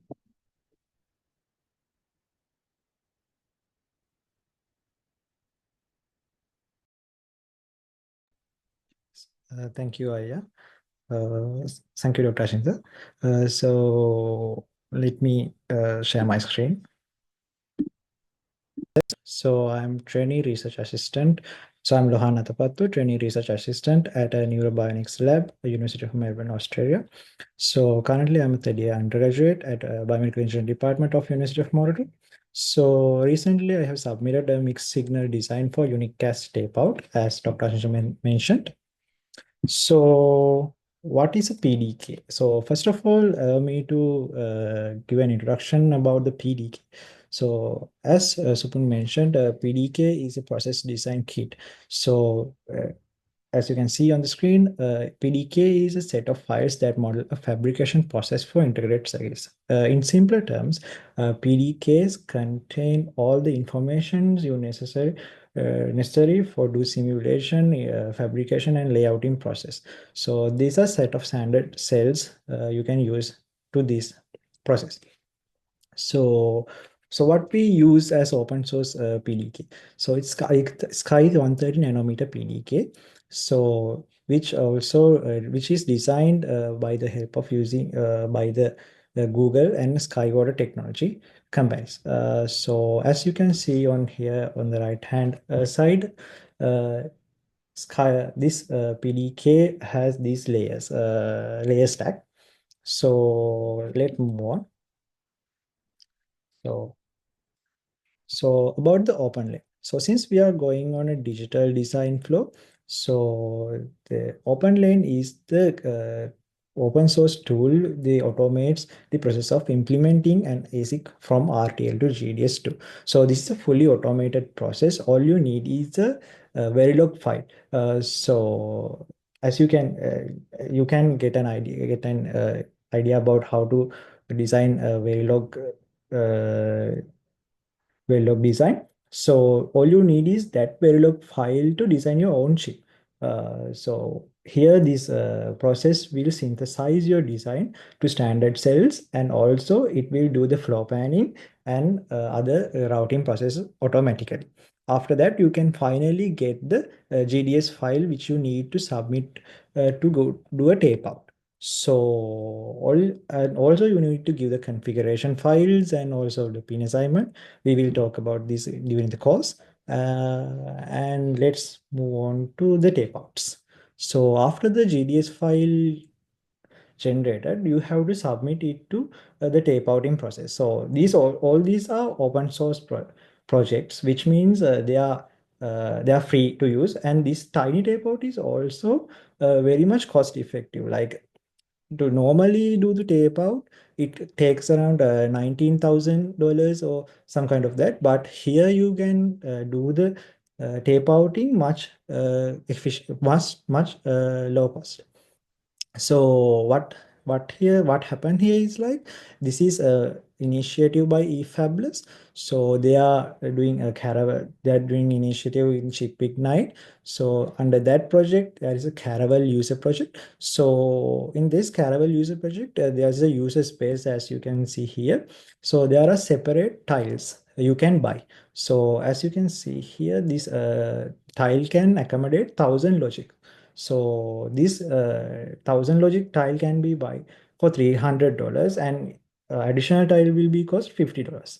So you can integrate your design into this one of these or number of types. So what happened is you are not getting a chip with your only design. You will be getting chip with separate designs, which with designs with all the submitters. So in your chip, there will be designs of other submitters also. So that's how they're going to reduce the cost. But ultimately, you can get your own IC for a very low cost. So they manufacture about 4 chips per year. So that's how like do the tape outing more like cost effectively low. So as open from using open source tools. So these are some of our tape outs. So this is the tape out we have done for SAI-DC design, and this is one of Jasuli's tape outs. So this is also a similar design. So this is a mixed signal design, which includes digital and also analog parts. So from that, we can move on to next speaker.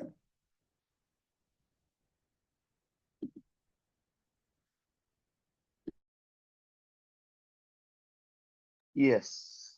Right, Mr. Khan.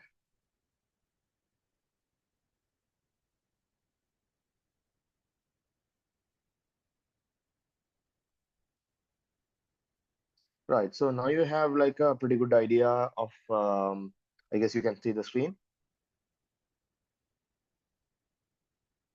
All right. So now you have a pretty good idea of like how the entire flow works, and like, I mean, so what are the steps in it? So you don't need to understand it fully. Like we'll be teaching you in this course. That is the whole point of the course. Okay. So yeah.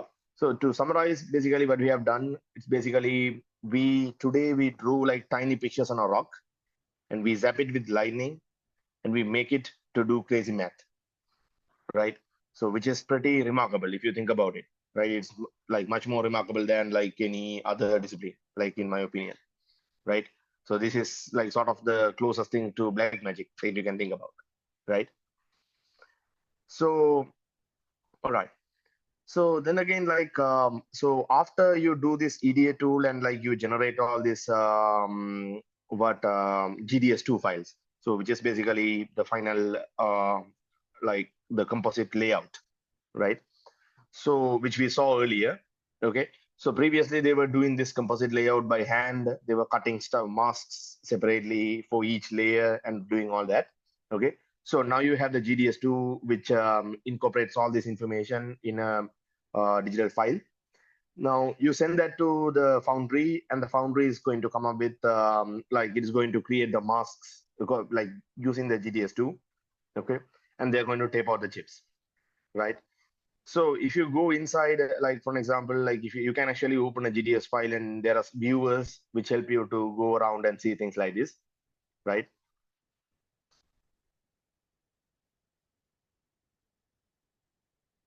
So this is the matrix vector multiplier that you will be building in this course, right? So, and if you go into this, you can see like individual transistors and you can see like all of it, right? All the connections and individual transistors. So this all come together to build this matrix vector multiplier, which is the course project. Multiplier system, right? Like not just a multiplier, but like buses and like UART sending data and everything, control everything. All right. So once you have all this, then you do the fabrication, which which has been talked about here. But the general idea is like you take sand, right? So you melt it, you make it into this silicon what ingots, and then you cut them into these wafers, this tiny, like this thin discs, and then you make you use these masks to etch on them, right? So this is the photolithography process, and this has been improving all this time, like every year, it'll be every few years. Okay, it has been improving, and this has been fueling the Moore's law to stay to keep it going, right? So at every level. So all these are done in chip fabs and in clean rooms. Okay, so you can see these are so like these fabs are like extremely clean. So you have to, you shouldn't have like any sort of dust. So like you have multiple levels of cleanness, and then so inside it's like extremely clean, and like even people have to wear all these suits and everything to make sure like your skin particles and everything don't go around, right? So yeah, and the chips are manufactured over here. So these are the machines, the photolithography machines that do this manufacturing. And so a curious fact is like all these machines are made by a single company, right? So most of this process is done by the companies, machines from a single company, that is ASML, right? So it's a Dutch company, and they are the ones who, so these are like extremely delicate machines. So they build it, they test it, and like they ship it, and they send some engineers as well to the foundry to stay and like work these machines, right? So and each machine is like $400 million, like it's like half a billion, right? So that's a lot of money. So the idea is like, I mean, in Sri Lanka, I don't think we'll be able to have like chip fab, in the sense like at least not owned by Sri Lankans. Like probably, I mean, in the future, maybe you can have some foreign companies owning it, but like Sri Lankans, it's too expensive, right, to do the fabrication. But what we can do is probably we can do the design part over here in Sri Lanka.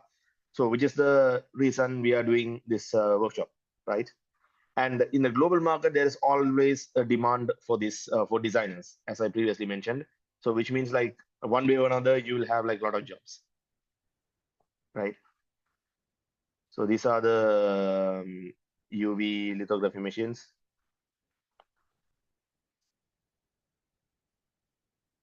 from ASML.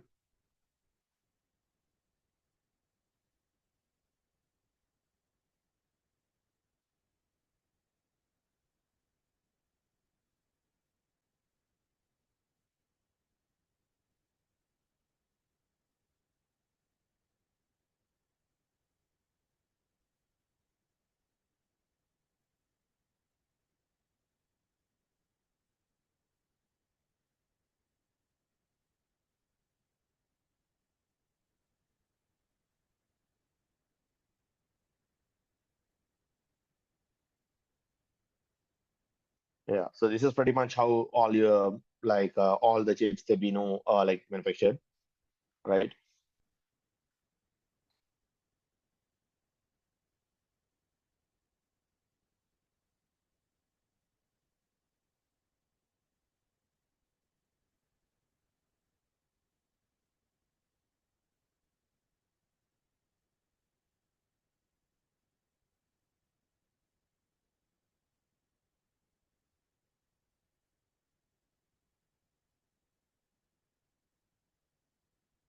Right. So okay. So the next talk, Abba? yeah. Yeah, just for the interest of time, since Subodha has to leave in 30 minutes, shall Okay. we go to the course intro? Oh yeah, we can. Then we can Yeah, come back to this. Yeah, that's fine. yeah, that's okay. Okay.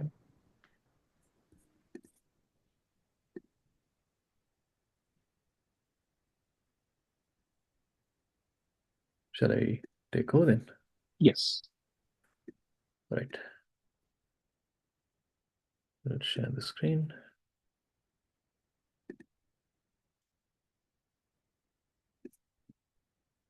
Hope you can see it. Right, cool. Thank you all for being here. I'll keep it short, but I kind of improvised at the last minute and added some more details, but I think those details will be of interest to you. So therefore, I'll take extra 5 minutes to walk you through those details. So my name is Subodha Charles. I'm a senior lecturer at ENTC, University of Moratuwa. I graduated with my bachelor's at the same department, did my PhD in hardware security from the University of Florida in the US. Okay, I wanted to start from here based on something that I experienced recently, that is the Consumer Electronics Show. So this concluded yesterday. As you can see, the dates from 7th to 10th January in Las Vegas. Those who have not heard of the Consumer Electronics Show, it's like the largest consumer electronics show. Well, I don't think I added more information. I just repeated the title of the exhibition again. It covers everything that we see in our day-to-day life, whether it's like a vacuum cleaner, whether it's a robot, humanoid robot, whether it's health tech, wearables. As you can see, people like Samsung has a presence in those places. This thing is huge. Just to throw some numbers at you, about 2.5 million square meters of area has been consumed by exhibitors. And all the companies that you can think of. So historically, most of the Fortune 500 companies have come to this CES. It can be Apple, can be Google, Samsung, as you can see here, Bosch, all these manufacturers are there. This gives an idea about where the world is heading in terms of innovation in hardware. And I found that to be a very profound experience because we can learn everything, but then seeing these things in action, and not only seeing these things, but the cutting edge. What is the latest? Because nobody comes here to show something that they built 2 years ago. In this area, like 2 years ago is a long time, right? So they come and show you what's happening right now or what's happening in the future.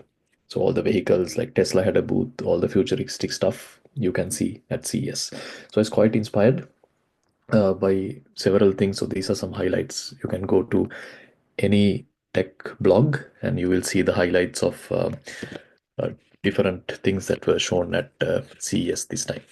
Right. So I wanted to show you this very brief 3-minute video that I found to be very interesting. On the first day, so as you saw here in this slide, it started from 7th to 10th. So on the first day, the session kickstarted with a keynote by Jensen Huang, the NVIDIA CEO. And then on the 7th, that's the first day of exhibition. So we have 4 days of exhibitions. Even 4 days is not enough to cover like the whole thing. It's that big. On the 7th, there was a keynote by the CEO of Delta Airlines. The video that I wanted to show you is that it's a 3-minute video, but it was held at the Sphere in Las Vegas. Not sure whether you know what the Sphere is. It's a movie theater, but it's not just any movie theater. When I show you the video, you will realize what movie theater that is. So let's quickly watch this 3-minute video, and then I'll come back to the course intro. I'm sharing with sounds, so I hope you will be able to see.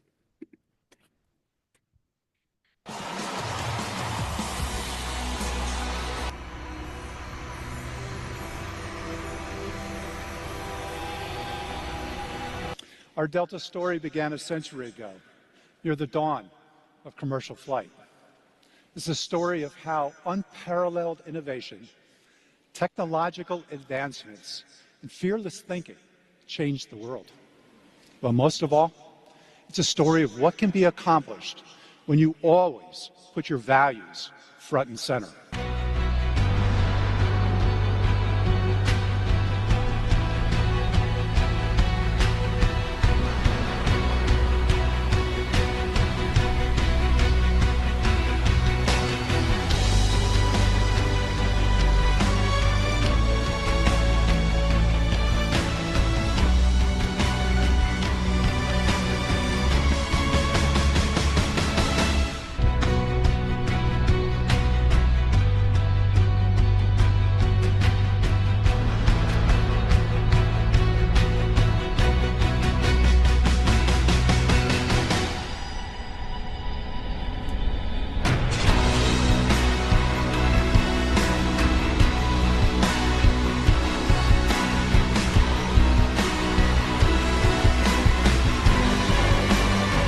I've always been an optimist.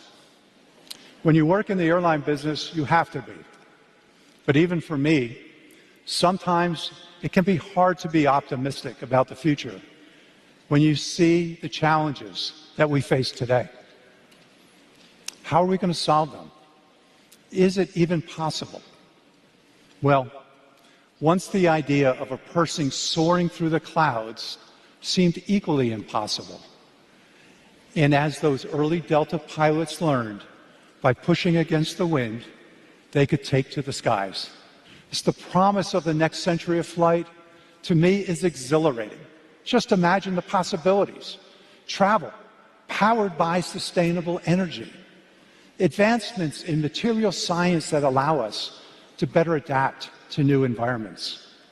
Airplanes becoming immersive destinations in themselves. Imagine when journeys won't be measured by distance, but by the potential they unlock. This is the beginning of a new era of travel.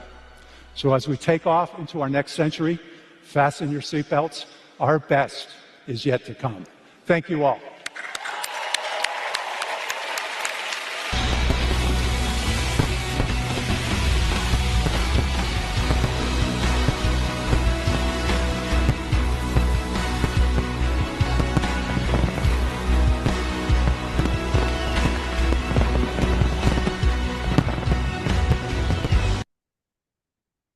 So I hope you saw what the movie theater looks like. This is the outside structure, and you can see vehicles going on. That will give you an idea about how big this whole thing is. It was a nothing that you have that I have experienced before. Seeing these things gives an idea about where we are and what we need to do. So that's like my biggest takeaway. Whether it's tech, you can watch YouTube videos, you can figure out what's coming up, but being there in person, that gives you like a whole different vibe.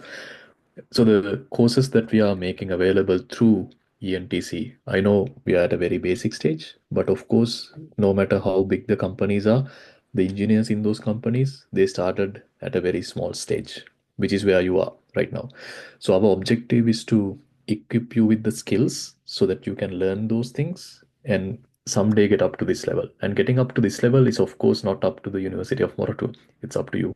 We can give you the fundamentals, the basics. We can train you up to some level, and then the rest is entirely up to you. So you gather industry experience and you keep on moving forward so that you step by step, you move forward in your career ladder and you come up to that point. So that is our expectation. If we do that, that will have a very positive impact on the Sri Lankan economy as well. That's the other side, because every year we get 115 students to the department, and that is not enough. We need more and more skilled people to get into these areas of computer architecture. Everything that you saw, that I saw at CES, is powered by semiconductors, right? So computer architecture is a must. That's what you're learning here. The keynote by Jensen Huang, the NVIDIA CEO, outlined some groundbreaking products that they have coming up in the near future. All of those are processing units, whether it's a PC, whether it's a GPU, whether it's an AI accelerator, whatever that is, right? These are all processing units.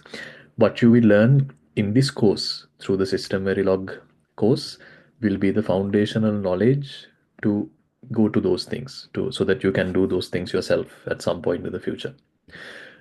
To enable that, we have a roadmap. We have a series of courses. The first one we concluded very recently that we call Fundamentals of Digital System Design. You are here for the second one, System Verilog for ASIC FPGA design and simulation. And in the future, we have another, and so on. So by the time you complete these courses, you will gather the knowledge that we have been talking about today. And I'll tell you a few other things in the next few slides as well. And most importantly, Lohan and Jazuli Abba, all of them touched on the taping out aspect of it. I cannot emphasize how important that is, mainly because not many people get the chance to tape out a chip. That's a very rare thing. The simple reason for that being they don't have the capital, they don't have the money to spend on taping out one design. Companies like Intel, Qualcomm, Nvidia will have that capability because they do this in the millions, right? They do like millions or billions of chips. Then that makes it feasible.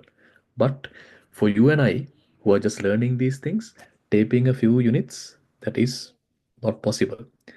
But as Lohan was explaining, we have this new partnership with Tiny Tape Out, and it's fantastic what they are doing. It's not only us, of course, there are other people who work with Tiny Tape Out, but we managed to get into this partnership so that you can use space from existing from existing wafers and put your design into that. So that way we can get you to tape out your own design, your own custom design. What that means is you start from the very basics and you go all the way to actually holding your chip in your hand. That's a very rare thing that not many people get to experience, especially in your undergrad days and also when you are a fresh person in the industry. The way that we enable this is from the partnership that I was telling you about with Tiny Tape Out, and we have also received grants. These mainly looking at STEM education from IEEE. I believe you know what IEEE is. So from the IEEE Foundation, we have received grants, and we have Synopsys as a sponsor. All these things will substantially subsidize the cost of taping out, right? Not to say it's zero cost, but it's a very small cost compared to what the actual cost is through the partnerships that we have formed. So this is our plan or the roadmap for the series of courses. The objective, as I was mentioning earlier, is to start from the very basics and go all the way up to the taping out level. In course number 1, we covered the basics of digital system design. The introductory part, we clarified what combinational and sequential logic is, then what are the tools, finite state machines, which is a very common way of representing these systems, integration of things like clock, and optimization plus hierarchical design. This course it's conducted. We completed this very recently, like within 2 months, and I believe people who are in this call, you might have taken that. If not, and you are lacking this foundational knowledge, talk to us and we will make these resources available to you so that you can come up to speed and take course number 2. Course number 2 is this one. We'll talk about that in a bit more detail now. We have several digital circuits that we will be developing as a part of this course. So once I finish my few slides, Abba will take over and we'll go into detail about what these digital circuits are. To help design this and to validate this, we have a set of tools, including the Synopsys ones and the OpenLane and OSIC tools that Lohan and Jazuli was talking about, that will help you in this design process. Course number 3, this will come in the future. This is where you put together the building blocks and you build a CPU from scratch. Course number 1, basics. Course number 2, which is this one, you learn how to build essential building blocks of a CPU, like the 1-bit adder, n-bit adder, arithmetic and logic unit. Once you have these building blocks, then the next step is to combine them and have it in a CPU, which is what we're going to do in course number 3, right? So that's the roadmap. And then in course number 4, which I don't have a slide, but we will look at other optimization techniques, because getting something to work is our first objective. Once we have it working, then the second objective is to get it to work in the best possible way. That is where optimization comes in, right? So that's our plan for the series of courses. Our timeline is such that around June, July, August this year, we will start working on the design for the tape out. So right now we are in January. We'll have another like the other content that will be delivered to you between now and then. But around April, we will have like a hands-on session, and then we will start preparing for the tape out. Kitmin, please correct me if I'm wrong. I think the taping out deadline is September next year. So we are working towards that by giving you the necessary knowledge. Okay. So that's the roadmap and what we plan to do in the future. Let me now go into a brief about the course outline. This course, similar to any other course that we have conducted from the ENTC and SkillSurf partnership, is outcome oriented. If you did the first course, that is the fundamentals of digital system design, you would have realized that we tell you what we are going to achieve. That is the project or the outcome. And then we teach you the skills to achieve that outcome. That has been the way that we teach, because that way you get to do something while you're learning. Because for you to learn or understand the concept, there are 2 techniques for us to teach. Number 1 is we tell you that learn concept A, B, and C, and what you want to do with A, B, and C, you figure it out, right? The other side of thinking is that we define what you want to do first, and to do that, you need concept A, B, and C, so you learn that. Right? So that's a bit of a reverse way of thinking in terms of teaching, so that by the time you complete learning these things, you are doing that while you complete the project. So that's the philosophy that we wanted to follow, and it's exactly the same that we'll be following in this course. You saw the several digital circuits that you'll be building from day 1. That is what you will do. So you can see here, we'll start with the 1-bit adder, n-bit adder, we'll code it, we'll try to debug what something goes wrong, we identify what's wrong, we come back to the drawing board and then do it. The delivery of this course will be lectures plus recorded content plus office hours, right? What are those 3 components? Well, lectures are just like this. We talking to you in like live. You can use that time to put your questions forward. You're struggling at some point. You don't understand what this is. You're developing something. It's getting stuck. You don't know what to do. That is the conversation that we will have in lectures. Recorded content will also be there so that you can build things with us, because earlier when we developed some of those courses, the building things part was done live. Sometimes students struggle to follow up. That is because if they miss something during the live session, they start thinking about it. And by the time they come out of that rabbit hole, we have gone like maybe 20 minutes further. Then they struggle to understand the next 20 minutes. So that's the problem, right? So mainly the design kind of stuff will be recorded, so that way you can pause and then you can come back and listen to it. You can take your own time. The live sessions will mainly be for conversations to help you if you're getting stuck. Similarly, office hours will also be to answer any questions. Okay, so we cannot label this is office hours, these lectures and all that, but this will be the blended structure that we will be delivering this course on. Okay, I hope that's clear.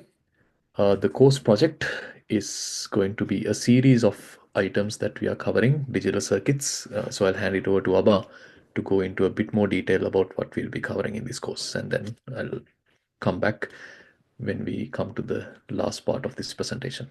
Abba? Yeah, sure. Can you make me host again? I think I dropped. Okay. Yeah, Uh, sure. try to do that. I think Lohan is now the host. Lohan, can you help us?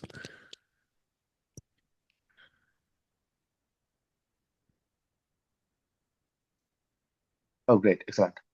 So, yeah.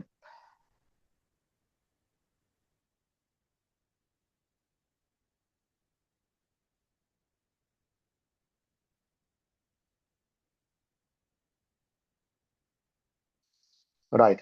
So let's start with the course project. So the idea is like, I mean, you will make something at the end, okay, like, and you will hopefully see it working. And like, if you have access to an FPGA, you can put it and like make it work as well. Like, and you can see physically like your chip. So what we hope to build at the very end of it, like we'll gradually build towards it, is a matrix vector multiplier, right? So, and it will be an AXI stream based. So, which means AXI is a very famous protocol used in all the phones and everything. And then, like with UART serial, right? So, UART is the serial protocol where it's a very simple one. You can send information to like any packets, any data from your computer, like to something else, like your own chip, right? So, and you will learn all these protocols. You will learn how to build them and like how to test them, everything, right? So why are we making a matrix vector multiplier? So like it is a very simple operation that you learn in like say grade 8 or 9 or something, right? So but still, like it is a fundamental operation for all the AI and neural networks, right? So what all the fully connected layers are basically matrix vector multiplier products, and you can do like all these new transformers, okay, all this ChatGPT and everything. So they are entirely based on matrix multiplication at the end, right? So the attention mechanism is based on matrix multiplication. So this matrix vector product is extremely important, right? So in AI neural networks, scientific computation, so which means like for if you're running say climate models, like at the very bottom, like you are running matrix vector products, right? So if it is video games, okay, so like 3D graphics, again you are running matrix vector products. And then if you are doing social, like say Facebook, and if you're accelerating this graph finding, so like for an example, in Facebook you find who is your friend and your friend's friend, mutual friends and all that. So these are graph operations. Again, matrix vector product, right? Root finding and all that. Okay. So because of this, many companies try to accelerate it. So every company have their own version of this now. So for an example, Google TPU, right? So which is basically a matrix multiplier, like a very large like matrix multiplier. So this way, like every company is building their own like engines. So you're going to build one of your own engine, so which is like a very simple engine, right? So and then AXI, okay. So and this is going to be AXI stream based. So the interface is going to be AXI stream. So AXI is basically the communication protocol that is used inside the chips of your phones and tablets, right? So it is a protocol from ARM. So basically inside your phones and chips, like you have phone chips, you have CPUs, GPUs, and all of this. So they talk to each other, like you have to send data from CPU to GPU.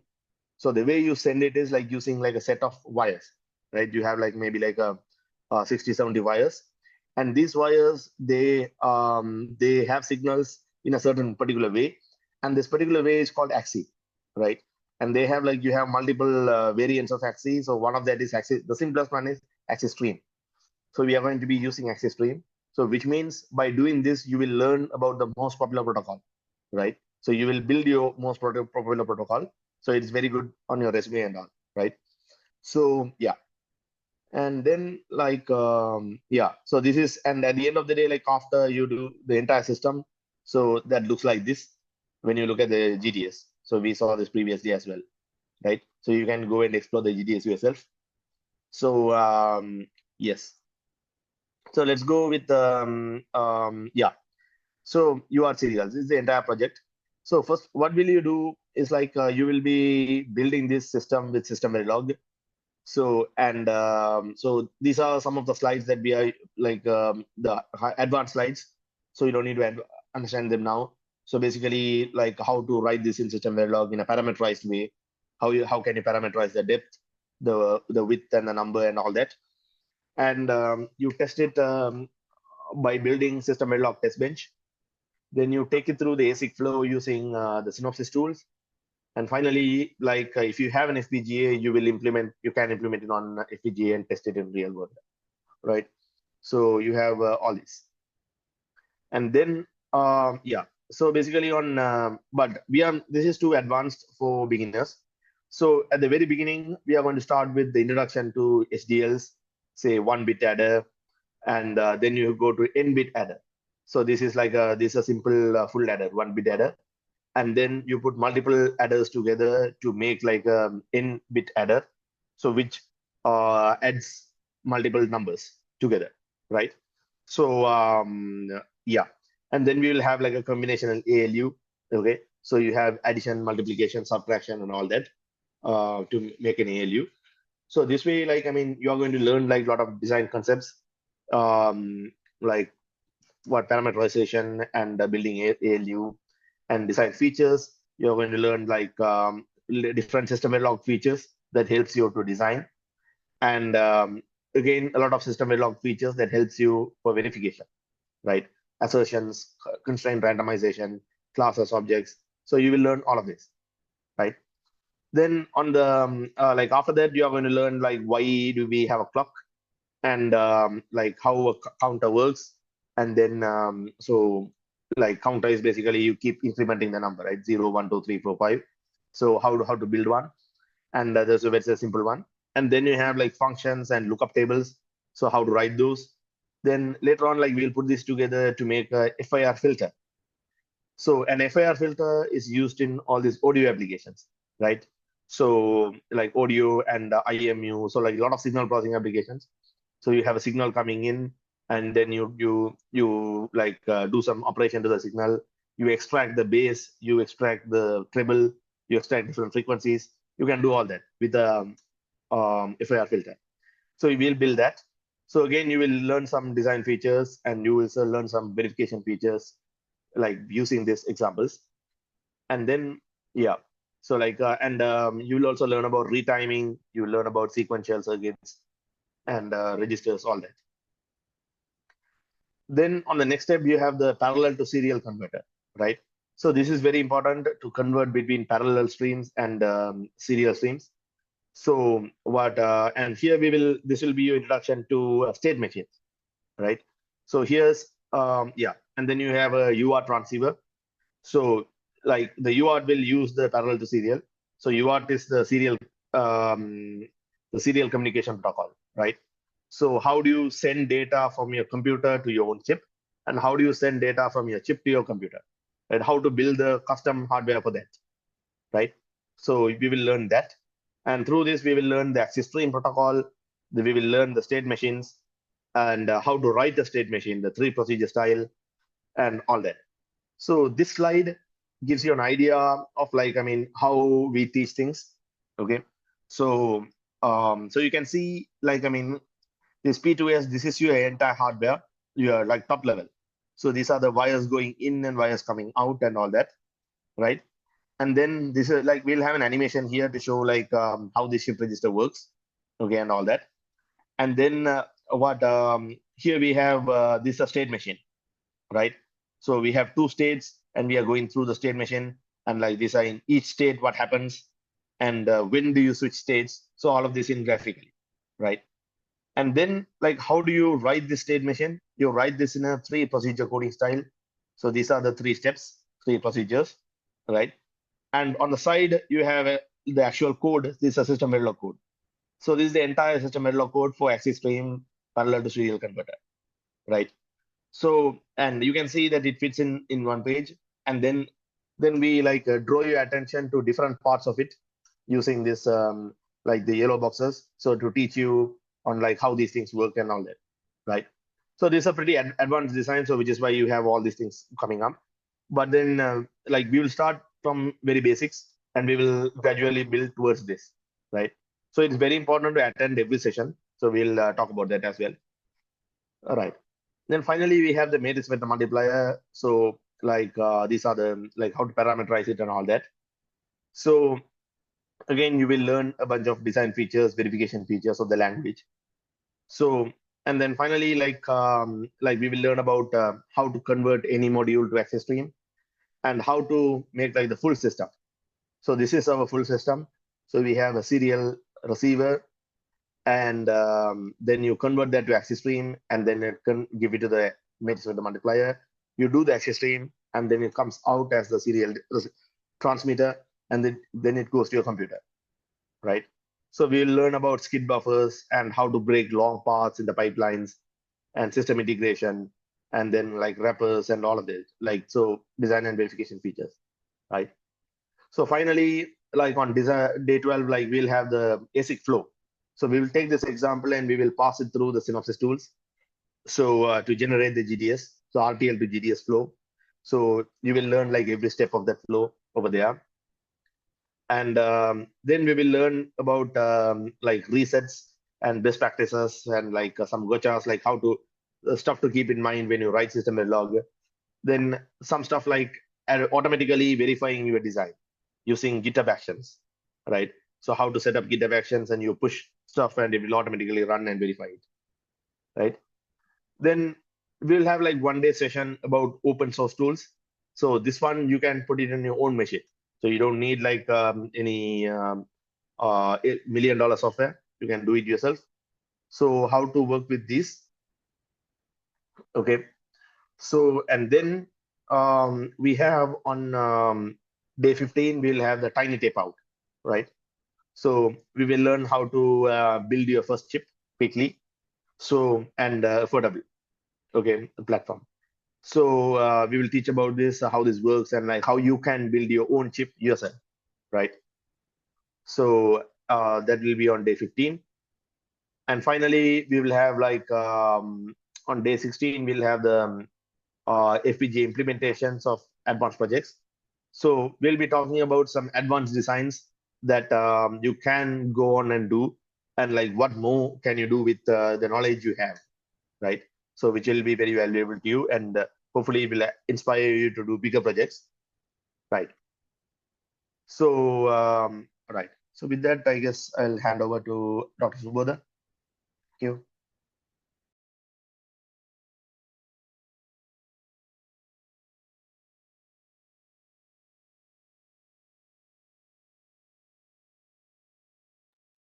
So yeah, there's a question here. What are the software, and can you guide how to get these?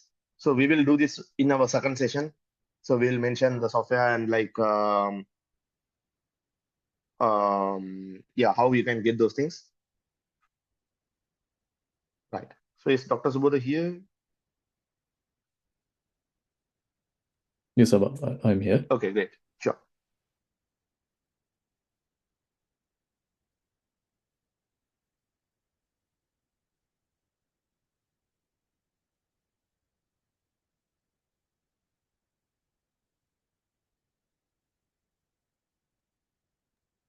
Please bear with me for 1 minute.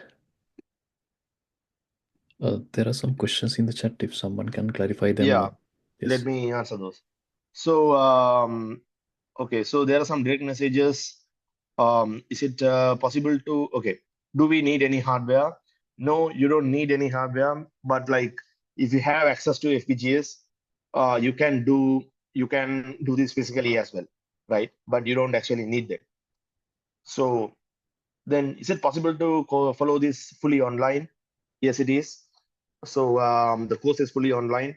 So and you will get hands-on access to Synopsys tools, and then you can do that online. Open source tools, you again online. So all of this you can do it online, right? So yes, you can join this course online. And is the content similar to last time, or any new content available? So the content, the only new content is about the open source tools. So if you have taken this course previously, and like if you have understood most of the material, then the only difference will be the open source tools. So yeah. So I have missed first part of the course series. Can I get those resources? Yeah. So the first part of the series was about this thing, right? Like there is the basic digital system design. So like the reason we created that course was that to help people, absolute beginners, to get it up to speed. But then we still have some of the like very basic material in this course as well, right? So if you have missed the first part of the course series, you can still attend this course. But the only thing is like you will have to put a lot more effort on the first couple of days. Okay. So you have to build the things yourself. You have to, like, in the sense, you have to run the examples yourself, and you have to make sure like you understand everything, right? So that is very important. Otherwise, like, it will be very hard to catch up after the first 2-3 days. But then again, like, we start from the very basics, right? So if you can put the effort, then you can learn from the basics, of course. So do I need to have any knowledge in programming? Okay, so it is good to have knowledge in programming. So that way, like, we can like, that will be very helpful. So if you don't know any programming languages, it's going to be difficult, I assume. Okay, there are more questions, but I think like I'll let Dr. Subodha do this session, and later on we can answer this. Sure. Yes. Yeah, about the last question, if you have not taken the first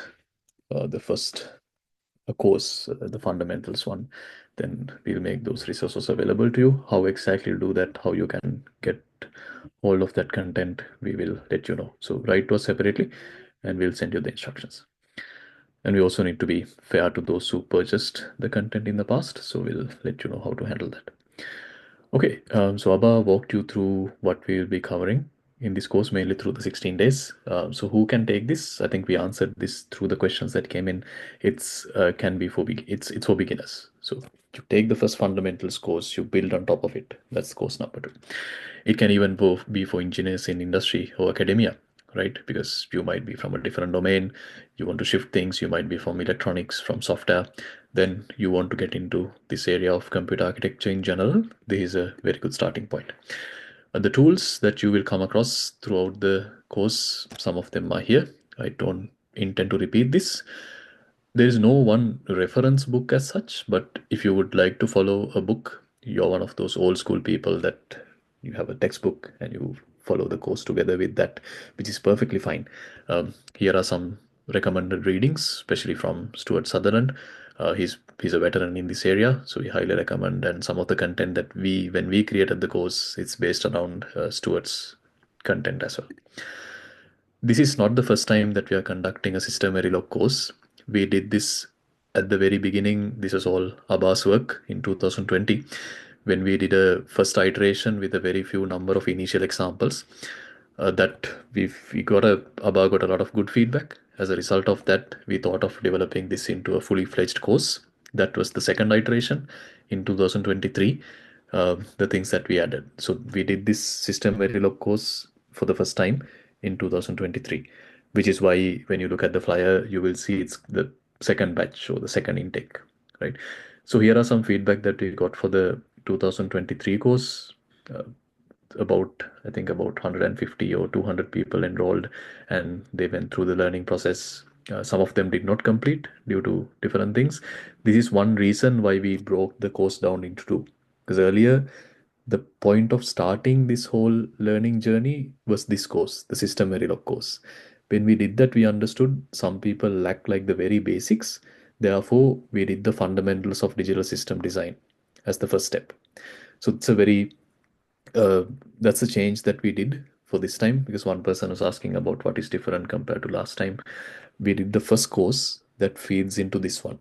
That is one main difference, because we noticed that some people were struggling in certain areas, which is why the fundamentals of digital system design course feeds into this one.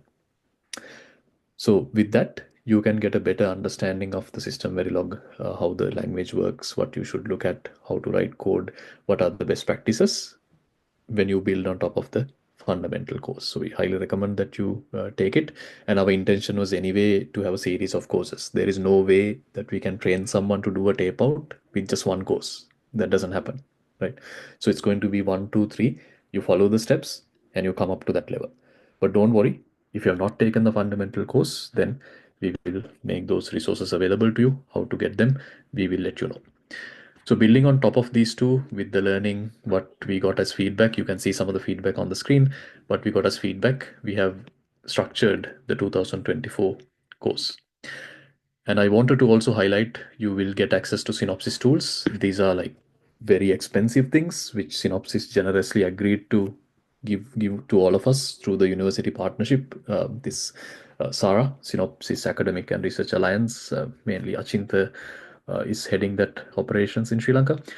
With that, you get another set of benefits where you can interact with these things. That's, I believe, it's a significant advantage for the people who are taking this course. The evaluation criteria, we expect you to complete the assignments as well as there are a few quizzes. The assignments are around the digital circuits that we will be building in this course. So it'll be nothing new. It's not going to be the case that we teach you something and we ask you to figure out something completely different, but it will be building on top of what you already learned. And also the instructors are here to help you. If you are stuck, that is what the office hours are for. You can always ask for help. So the intention is not to give a grade. We don't do that. The intention is to assess whether you have done taken reasonable effort to complete this. As long as you have taken that reasonable effort, then we are fine. And then you pass the assignment, right? What matters to us is how much is not how much you score, but rather whether you learn something, right? So the assessment evaluation will be done with that in mind. So you need to cover at least 3 out of the 4 assignments to be eligible for the certificate. These are the people who will be helping you. Most of you met them today, most of these people. So therefore, I'll not go into a lot of details about this. And to wrap things up, we have designed the course to be outcome oriented, and we are teaching the fundamentals with real world applications. And this is a custom made curriculum, meaning that ENTC, when we are teaching, we teach elements of this with a more research or a theoretical background, but we have custom made this curriculum to be more outcome oriented. Because when we are presenting something for the general public, research might not be the first priority. It has to be something to do with engineering, which is why we have taken this approach with the customized curriculum. Few other remarks. The course will be conducted in English, and in the panel of lecturers, we have people who are native Sinhala as well as Tamil speakers. So if you're getting stuck somewhere due to language barriers, we'll be happy to help. This is what you will get at the end of the course, just a sample. These from one of our other courses. So the credential from the University of Moratuwa will also be helpful for you. That's why we are making these courses available through the University of Moratuwa. So the sample you see is from a different course, but a similar certificate will be made available to you at the end of this course. But I don't think I need to say this. What can you do with what you learn? You can refer to the slides later on as well. Okay. Moving forward, there are a few things, but I think before we go into these very detailed logistical items, I'll probably hand it over back to Abba to cover the content that we skipped in the interest of time. Until Abba gets ready, there are a few questions in the chat. Can I join the course online? Can I innovate new sustainable energy technologies related to? Okay, sorry, I'm not understanding the question. Can I join the course online? Yeah, of course, it's all online. People who are teaching the course is not in Sri Lanka mainly. Some of us are, but some of the lecturers are not. So it's entirely online. The next question is about getting access to course 1 material that we answered. Will the lectures be recorded? Yes, the lectures will be recorded. Attendance is not mandatory. So therefore you can refer to the lectures or anytime, but we highly recommend that you come in person, right? That's very important because that is the only way that we will have this conversation. That's the only way you can get your questions clarified. What is the cost of the course? Okay, I'll have to get back to you on that. I forgot the numbers. I'll refer to the flyer and answer that while Abba is presenting.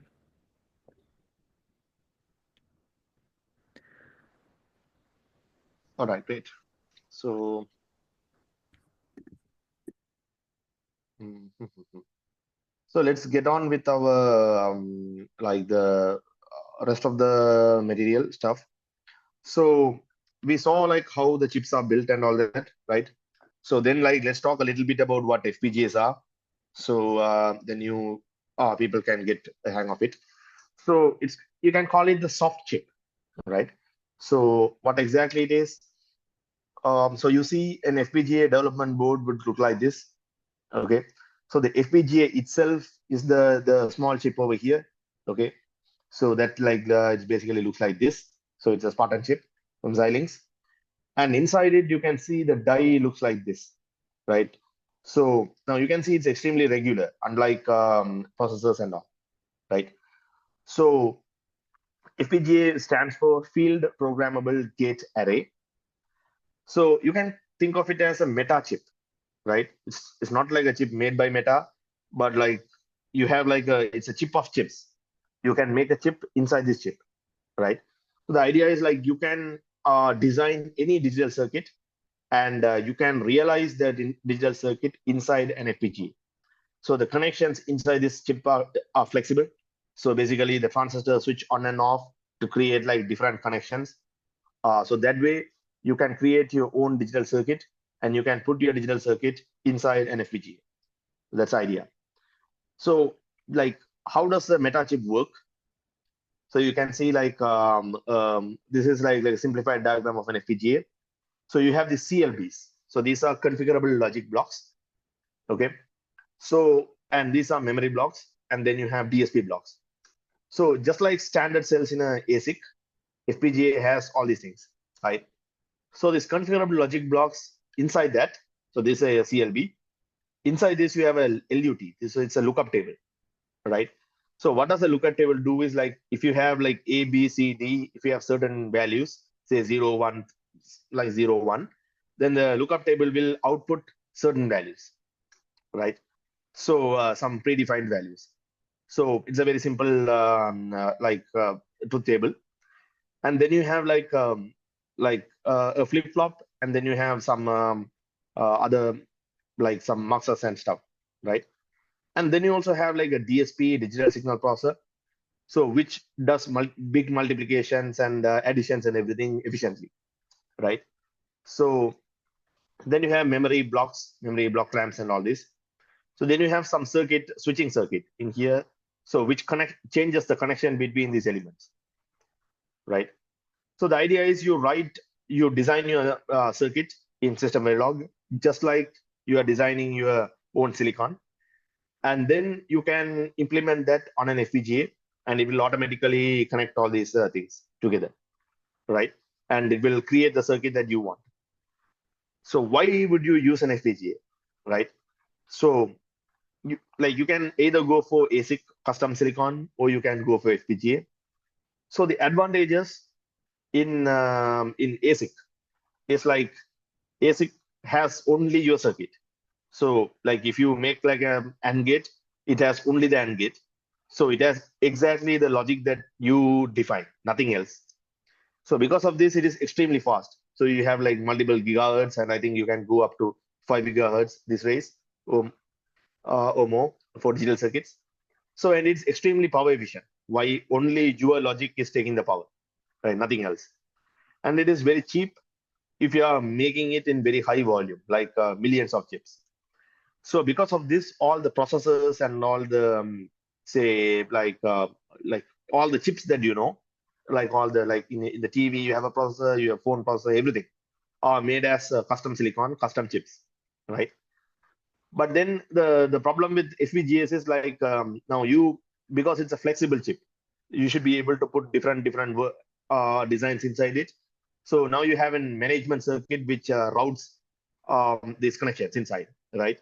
So because of this, like you have like extra circuit, and as a result, it is much slower. So it's like around 400 megahertz.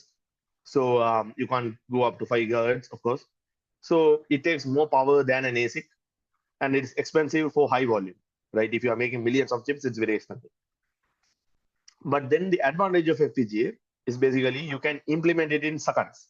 So if you have an RTL, you just click a button, like it runs for like maybe like half an hour or something, and you put it on FPGA and it works, right? In ASIC, you need at least 6 months to like go through the step-by-step process, even using all these EDA tools, right? So it takes a long time. And if you make a small error, it will cost like thousands of dollars in ASIC, right? But in FPGA, if you make a small error, you just make a change and you upload it again, right? There's no cost, right? So for small volume, so if you are making only 10 chips or something, or maybe like 100 chips, 1,000 chips, then FPGAs are much cheaper, right? So because like you don't have to you don't have to create a die and you don't have to do like a lot of things with that. So that's the advantage. So like because of this, like you can see FPGAs used in all these space applications. Okay, so like here we have some real world applications. So first one is ASIC prototyping, right? So which means like if you want to test, you make a processor, and if you want to test the processor, you can test it fast through an FPGA. So sometimes like if the processor is small enough, you can put the whole thing in an FPGA. But if it is too big, then you actually break the processor into pieces, and you put it on multiple FPGAs, you connect them together. So that is the standard way of testing the process before like taping them out, right? So this is the world's largest FPGA, 35 billion transistors. Then you can, it's used for like high bandwidth video processing. So this is Apple Afterburner, which uses some FPGAs. So I think back in the day. So then you have,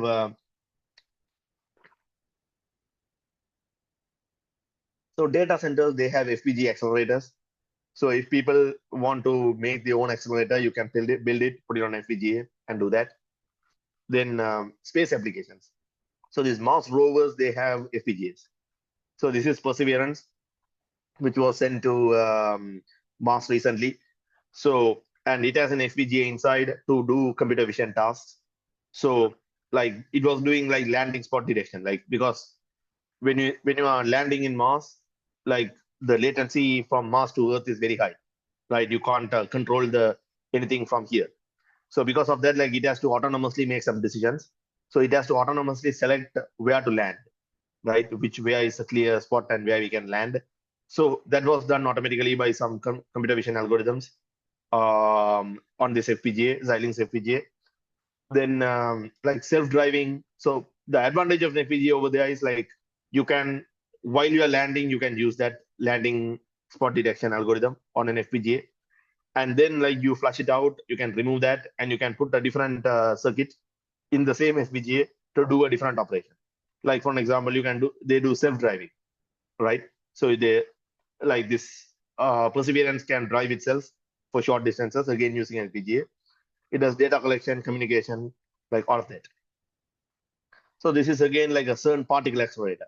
So human for scale, you can see, and this is a huge detector. So what they do is like you send proton beams at like very high, like near the speed of light. You hit them together, so it explodes, and then like you take a photo of that. So you get like petabytes of data. So you process all that data using FPGAs, right? So, and that's how you detect like new particles, like God particle, which was the Higgs boson, was detected like that. So then you have telecom base stations, 5G and all that, like again FPGAs, right? Okay, so how do you program an FPGA? You do the same thing as like before. So again, you do the logic design and verification. So the code looks more or less similar to FPGA, like to the ASIC code. Okay, so it's more like we will teach you the differences. Okay, so the high level code is like more or less the same. And yeah, so this is so first you design your architecture, then you design your logic design, okay, in system Verilog RTL. So you can also do like a VHDL, Chisel, HLS, you can do different things. But in this course, we are teaching system Verilog, which is the industry standard, right? And then you simulate your design using iCarus Verilog and Verilator, which are open source tools, okay? Or else you can use any proprietary tool as well. So how do you simulate it? For that, you need the test bench, right? It's a software program that you write to drive inputs. You give inputs and check outputs, right? So it's a piece of software you write. And the software is also written in system Verilog, right? So that is the industry standard again. But then you have like CocoaDB, C++, Chisel, other things also used to test bench. So this is your FPGA flow. So after all the simulation, you give it a synthesis, you get a Verilog netlist, you do the layout, and then you do the programming, right? So you have the bit stream and like, so what is programming? You put it on the FPGA, right? So when you do a synthesis, this is what you get. So your previous design, so this is your RTL design. You have registers, and then you have multipliers, you have adders, right? So, and this is described using this piece of code, right? This high level design is in this piece of code. And then like when you synthesize, you will get something like this. So here you can see CLBs connected together, some buffers, and like, so these are some Xilinx primitives, right, connected together for FPGA. And then when you do the layout, so this is place and route implementation, you call it implementation also. So when you do it, you can see like which parts of the FPGA it's mapped to and how these are connected with wires and all that, right? So the tool will do all this for you. And finally, you can do some physical testing. So yeah, this is a video like I got from online, like playing a game with FPGA, okay? So you can see like the FPGA is like doing the game logic, and it's also driving the display, right? Like, so you can plug it to your display and you can play it with an FPGA, right? So this is something you can do physically. Yeah. So FPGAs are like really good for product development. So in the sense like if you if you want your custom chip, you test your thing on a development board, then you can buy the FPGA chip and you can put it on a PCB. You can design your custom PCB like this, and then you can put your PCB and you can actually make the PCB, right? So this is much harder to make than like regular PCBs, but then it's cheaper if you like mass produce this, right? Okay. So the next session will be about, okay, before I go to the next session, I will answer some questions you have in the meeting chat. Right, okay, hold on. What are the software? Do we need hardware? Okay, can I join online? Okay, programming and, okay, so you are the undergraduate student. So how much for this course? So maybe someone can answer this. Like, I don't remember this off the top of my head. Let me put it comment. Yeah.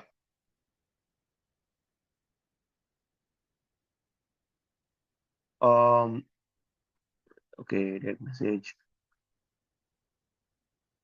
Will I be able to complete the first course and obtain the certificate? So I think like if you finish this course and get the certificate, then like, I mean, you have system verilog knowledge and you can go for like company internships and all that with this knowledge. So I mean, like, so this is like on top of the previous course, right? So the basic digital design course. So which means like, what if you have this, then like that will be sufficient for jobs, right? So how can you get the access to course 1 material? So if you have taken the course one, you can get the access to that. So otherwise, like we will do a recap of that in the first couple of sessions. So but you will have to work a little bit harder with that, right? So then okay, lectures be recorded. Okay, so we are thinking about it. We will tell you in the first session. Okay, so yeah, so I think like it will be available through our system. I might not be able to join online on Sundays. Can check the recordings. Yeah, the recording will be made available. Yes. Yes, in the system. So right, and can you possibly extend payment deadline 24 January? Can someone answer this? Yeah. Yeah. So the deadline is 17th. I will get into those details. If there are special circumstances, then we can handle them on a case-by-case basis. Yes. Yeah. So if we will receive the details on payment via email. Okay, great.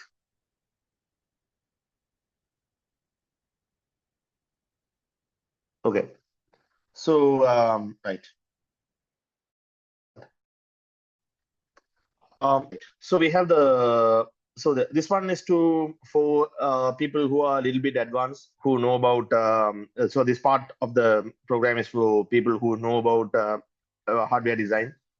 But who might have some questions about system Verilog, right?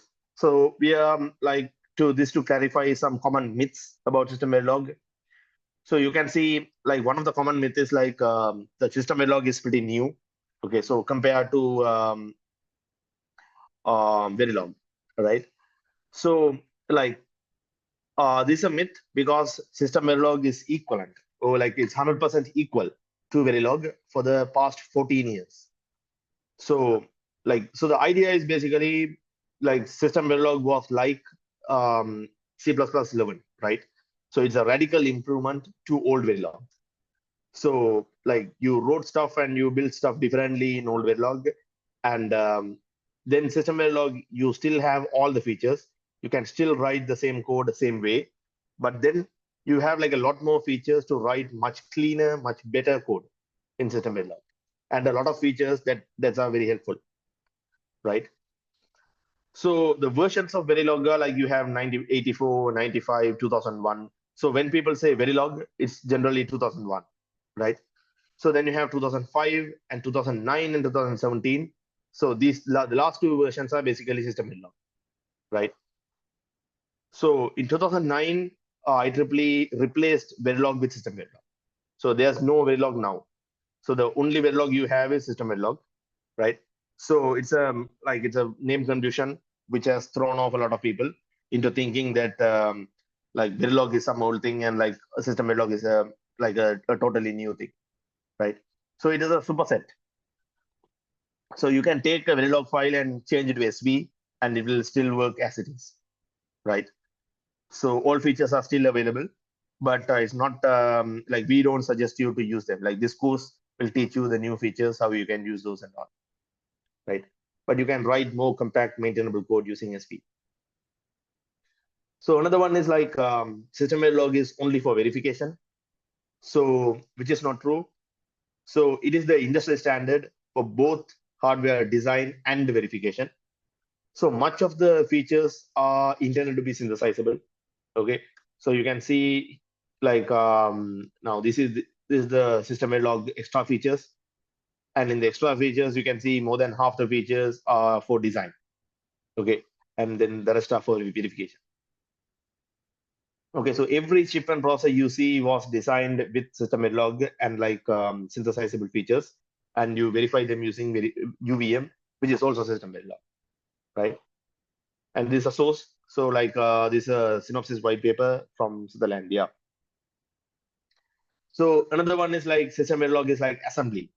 So when people talk about this, the new high-level languages, HLS and high-level synthesis, Chisel and all. So they say system Verilog is assembly, but then it is not exactly true. So it covers basically every level. So you can write very high-level code in system Verilog, as well as very low-level code where you connect transistors and everything, right? But you don't have to do that. Okay, so you can still stay in high level. So for an example, this is an FIR filter, and you have a high level here. So you have this system Verilog. So you have the parameters over here, and you have multi-dimensional arrays up here, and then you have a for loop where you generate this the registers, okay, in registers, and then you assign you do the multiplication and you do the addition and the mux and everything from a high level, right? And this will work for any number of taps.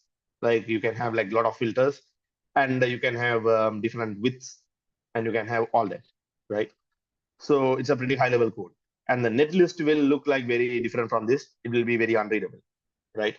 So, and that is also Verilog, right? But you don't have to write it that way. So next one is SP is dying, that Chisel, HLS, MyHDL is the future. So back in the day, in the 80s, there were 50 different languages. So the VHDL and Verilog were introduced to unify them, right? And over the course of it, these two have become popular, and all the other languages have died, right? So today, so several HLS and HCL languages, they claim to be the future, and they have more features, and they are more software-like and all. But they also compile to Verilog. So the way they work is you compile the Verilog and you pass the Verilog to different these things, right? Like different tools, because the tools accept only Verilog, right? The system Verilog. So learning system Verilog helps you to debug and optimize those designs. So even if you prefer like Chisel or some HLS, you still need to learn system Verilog and Verilog to debug those designs. So it'll be helpful for you, right? So the most of the new design verification is written in system Verilog. So learning this makes you employable in every major ASIC FPGA company in the world, right? So it opens your door everywhere. Also, it is like important to be fluent in the industry language first, and then at the same time you can experiment with the new languages in the future, right? So another one is like, I mean, if you already know VHDL, so people think that it should be enough. But VHDL is mainly used to maintain legacy code bases today. So VHDL 2008 is barely adopted by tools. Okay. So, and learning system Verilog, in addition to VHDL, will open you up to more job opportunities, right? So it is still important to learn, like even if you know VHDL. So here's the source from Synopsys User Group Conference. So even back into 2016, like this issue was there, right? Then there's a conception that tools don't support system Verilog, but it was replaced by Verilog, like replaced old Verilog 14 years ago. So it has, in the 14 years, the adoption has improved a lot. So every major tool supports system Verilog today. So the open source tools, they lack some support, but they are still adding them. So very later, at the beginning of, like in the middle last year, so they added like so many features. So now I can compile all my system Verilog in very later, right? So they have been improving so fast. So here's a list of supported tools, and there's a Google project which does this as well. So, and some people believe that students should be taught very old Verilog first. Okay, so somehow that makes them like a better designers. But I don't believe that. So the old Verilog is confusing, right? So because like you have something called reg, which is not a register, right? But it's a driven wire. So it takes forever to explain that, right? Like these kind of problems in old Verilog. So in system Verilog, you have only one thing, logic. So you don't have to bother with many of these problems, right? And the system Verilog is more explicit. So this is something I think like they learned from VHDL. So now you know, like, I mean, if you're making a flip-flop, it's always FF. If you put always FF, you make flip-flops, right? And else the tool will give you a warning, likely. So then you have like always comb for combinational circuits, always latch to create latches. So in Verilog, like you have only one always, and like sometimes like this creates unwanted designs, right? So system Verilog is better in that way. So it lets you write shorter, simpler code, which is easier to design, easier to write, easier to understand, right? So which is why like students can directly learn system Verilog. So and like I think that's a good idea for them. So does this mean like SV is the perfect HDL? Of course not. So it is old and bloated, and so because they keep on adding stuff to system Verilog, now it is like it's probably the largest language in the world, right? So but it's like extremely sophisticated, right? So you have a lot of old features which are not supposed to be used, but like you just keep it for backward compatibility. So this allows system Verilog to write bad code. So like you will see people writing very bad code, and like if you join the company, you have to start like dealing with the other people's bad code, right? So that is a problem with system Verilog, right? So and then like even now, like not all tools support all features, right? So there are like extremely fancy features which are not supported, and those features we will not teach in this course, right? We will teach high level features which are supported by most tools, right? So, and then you have the problem that is like, it is painful to pipeline the design after you design it. Okay. So like if you have something like Chisel or something, like, I guess it's obvious to do that. but in system Verilog, it's much more painful. So there's something called TL Verilog, which is used to, like, it's a language on top of Verilog. They try to solve this. But with all these problems, it is the industry standard, right? So which means like you need to learn this if you want to get into this field, right? So does this sound familiar? So this is basically like C++ for high performance software, right? So you have all the problems for C++. You have it's old and bloated. People write bad code, and you have all the the tools don't support all the features, and it is like very difficult to read and understand. And like, I mean, sometimes like, what if you write old code, old style? So all these problems are there in system Verilog, but still like it is the industry standard like C++. So you need to learn it. What about UVM? So UVM is like a set of libraries, like predefined classes and macros on top of system Verilog. It is used for test bench simulation, right? For advanced verification. It's an industry standard. It is not synthesizable, and we will not teach UVM. So UVM is very complicated to teach in this course. So we are like more focused on design and some smoke tests and some like a little bit of randomized testing. So we'll be doing a lot of randomized testing anyway. But then the idea is like we will be at the very end, we will make a test bench that is similar to UVM, right? So you will learn like a lot of concepts you need to understand UVM from this course. So like transactional test benches, randomization, and like at the end of this course, you will learn all these things, right? So with that knowledge, it will be much easier for you to go and learn UVM, right? So yeah, we focus on design and some simpler test benches. Yeah. Okay. So we covered the course intro like already. Okay. So let me see.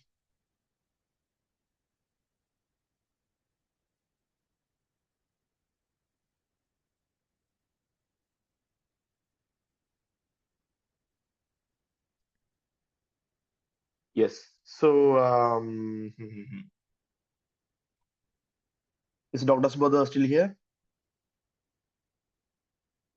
Yes, Abba. I'm here. All right, great. So have we finished like the overview as well completely? I think we need to mention about the payments and what Okay, to do great. Yeah. next. We also have some questions in the chat. Oh yeah, sure, of course. So let me answer some questions here. Okay. So there's a question like, to get access to first course material, do I need extra payment? Because I didn't join the first course. What do you think? Yeah, this is something that we need to decide among ourselves. We need to be Yeah. fair for those who purchase the first course. I mean, I think it's difficult to say that, okay, now it's free, because what about the people who already paid, right? Yeah, exactly. That's an issue. We'll discuss among ourselves, figure out what's the best way to move forward, but rest we will definitely make it available, because the first course, the fee for that first course for undergraduates was 5,000 rupees for the entire course, right, Abba? That Yeah. was the amount. Yeah. So it's a very small amount. Well, of course, that depends on who you are, what kind of financial capability you have. But in today's standards, that we believe is a small amount. But we'll have a conversation, let you know how exactly to make those content available to you. Yep. And the cost of, just building on top of it, the cost of this module, we mentioned this in the flyer that was sent out. So let me share my screen. So this was the flyer that we used to promote, just a zoomed in version of the flyer. The cost is mentioned here. For Sri Lankan residents, it's 25,000 rupees. And for non-Sri Lankan residents, that's $190. If you are an undergraduate, you get 40% off. Right? So you only pay 60% of this amount. So that's somewhere around, like, I think, less than 15,000 rupees for undergraduates living in Sri Lanka. And if you're an undergraduate living outside of Sri Lanka, then that's 40% off from the 190. Right? So that's the cost. I hope that's clear. What are the other questions we have? Yeah. So the next one is like, what is the difference between system Verilog and VHDL, apart from syntax, and what is better? Okay, so that's a good question. So like they are both like hardware description languages, and like so the the only difference I would say is like the syntax, right? So what other than that, like they achieve the same purpose. So and I think they have like added features based on each other. So like whenever some feature comes in one, they will add in some different way to the other. But then like system Verilog is much more widely used, and like the tools have like a better support for system Verilog than for the latest version of what a VHDL, right? So the VHDL 2008, and like I think that was the biggest upgrade. And then after that, like you have some VHDL versions. So those have like much less adoption, right? So like so in a practical perspective, system Verilog is much more supported, right? So yeah, that is one. And then like if you ask what is better, like I mean, so this is sort of like a quite religious topic. So there are people who absolutely love VHDL and like they will defend it. And the reasons for VHDL being better is like you have some what are they? So like it has some static typing. So like what it like, but as a result, like you write like a lot of code. So there are trade-offs, right? But once again, like the most important point is like what system Verilog is the one that is widely used. Okay, and I personally prefer system Verilog because it's shorter and like what like it's much more beautiful in my opinion. But at the same time, it's widely adapted. What is functional verification methodology in system Verilog, and that will be studying in the course? Is it UVM, OVM, or VVM? So it is none of those. Okay, so UVM and OVM are libraries like which are built on top of system Verilog, right? So the idea is like in system Verilog, you can write a simple test bench. Okay, so just to give inputs and you check the outputs. So this is called a smoke test, right? So we'll be so this is like none of the methodology, like it's just something that you like simply write, right? So we will start with this. In the very first examples, we are going to start with the very simple test bench. We are give input and check the outputs, right? And then later on, we are going to build on top of it. So we are going to introduce features like randomization, classes, creating objects, and randomizing the objects, stuff like that. So, and all these are needed to understand UVM and OVM, right? So, because all of that is built on top of this. So at the end, we are going to create like a bunch of classes and everything that is going to look very similar to UVM and OVM, right? But they are not those, okay? So if you understand until the end of this course, so learning UVM will be like very easy for you because like you have learned all the concepts in this course, right? But at the same time, like nobody goes to companies knowing UVM, okay, because it's very complicated. So what happens is like what you take the grad level course learning UVM. So we have an idea of creating such a course. So like that means in the future. But then again, like a lot of companies train their people on UVM. So if you understand our stuff, you can like easily like learn those things. Will we have to buy a basis 3 board?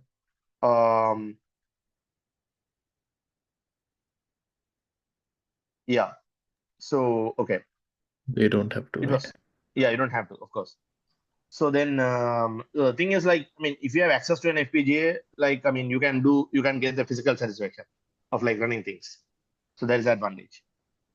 So you have, I want to clarify something. I have heard when chip is getting smaller, having electrons jump, quantum computing, how to avoid these things. Yeah, so that is most of like more of a PDK question. So how people build new PDKs. So there are a lot of innovative solutions to handling those like FinFETs and all that. Okay, so we will not cover that in this course, right? So that is more of an analog design. And so like we'll probably have a course about that later on. So if I finish this course series, could I get the internship outside this country? So yes, so in the sense like this course will give you a lot of knowledge, and you can build stuff and put on your GitHub, which will help all those things. Okay, but we can't guarantee you will get an opportunity, right? But at the same time, like a lot of people who have done this course have like gone to Synopsys, and Synopsys has praised this course a lot. Like I mean, in the sense that like they have helped to get these things like the students have got a lot of knowledge from this, right? So internship. There's a question: what is the fee for Synopsys employees? Dr. Subodha? What is the fee for Synopsys employees? Well, we went with a flat structure. If there is a special request coming from Synopsys, given that they have helped us, I'll have a chat with Achinta and get back to you with the numbers. But the numbers that we have right now is what I showed you. For students, there's the discount, and for others, there's the full fee. So we'll get back to you on that. Yep. So what internship job opportunities are in Sri Lanka? You have Parakum, you have XLR, Synopsys. Yeah, yes. there are several companies. It's coming up. I mean, there's I think Sci-Fi has a presence here in Sri Lanka through Paracom. So there are few companies outside of Sri Lanka as well who have partnerships with local companies, and they Yeah. provide internship and as well as job. Well, it's a chicken and egg problem, right? The more skills we have, more companies will come in. So it's a positive cycle. Unless we have the skills, companies will not come in, and then if you don't Exactly. if there are no companies, where are you going to use your skills, right? So we need to break that cycle at some point, which is why these things are done.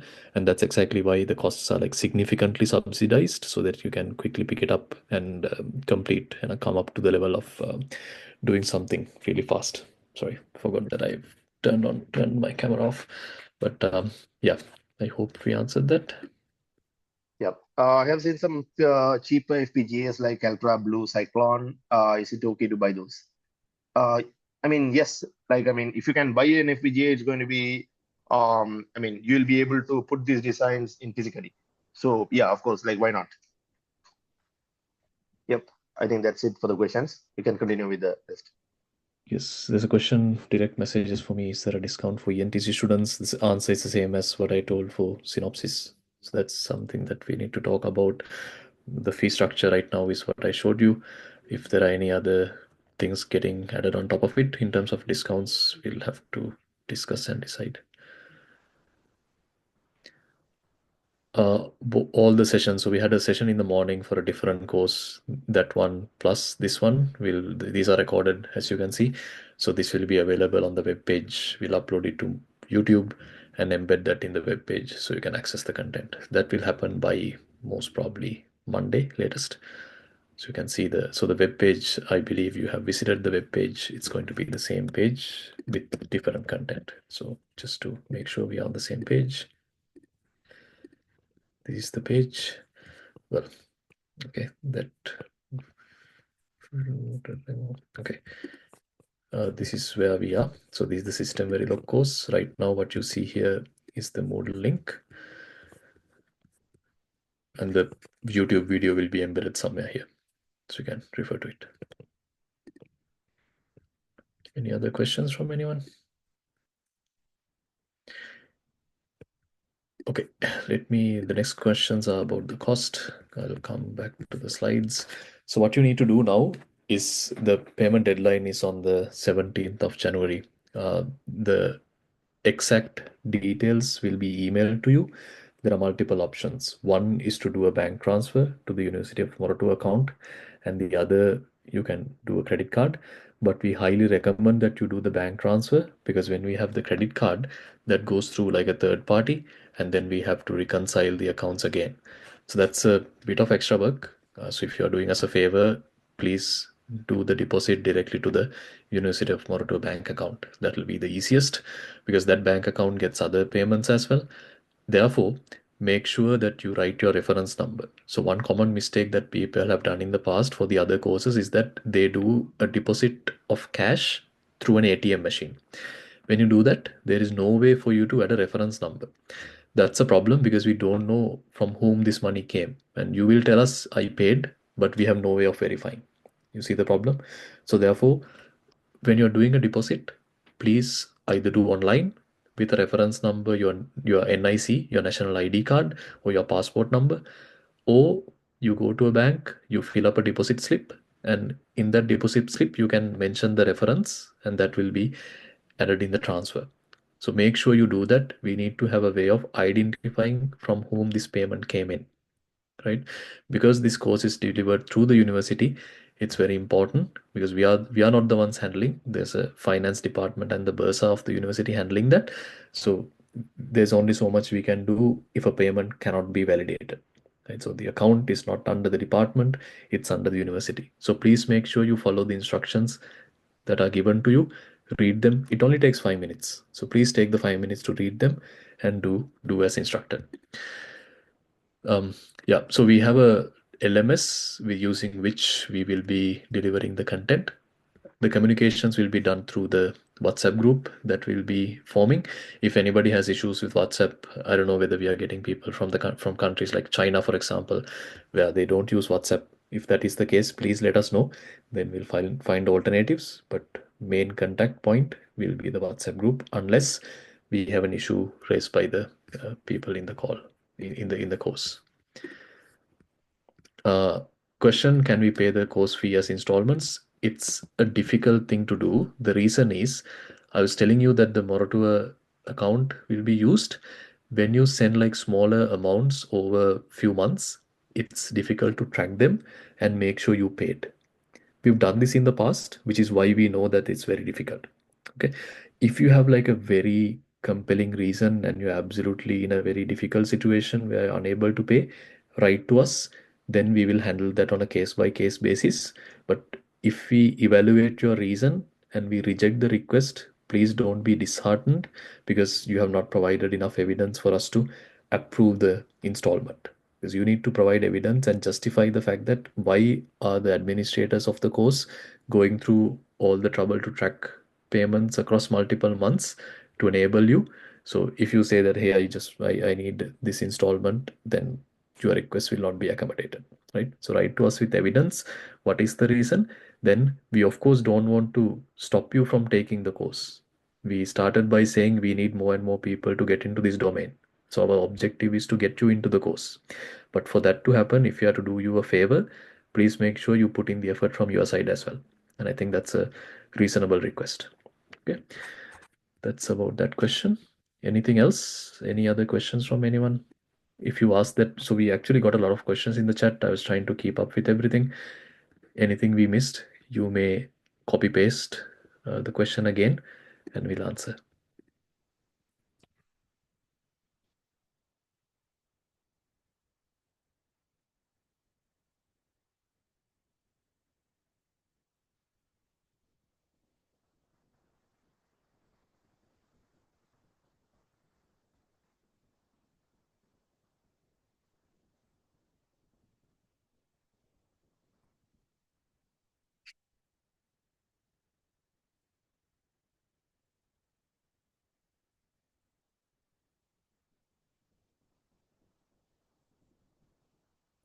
Okay, I did not see any other questions coming in the chat about anything. Okay, now I got one. Okay, how can you verify my undergrad status? Well, that's through the university ID or the record book or your transcripts. So any of those methods will work. There's a question like, I'm an IEEE member. Can I know how to join your IEEE team? That's a question for IEEE. We work with them, have a partnership with them, but we are unable to comment on that as a part of this course.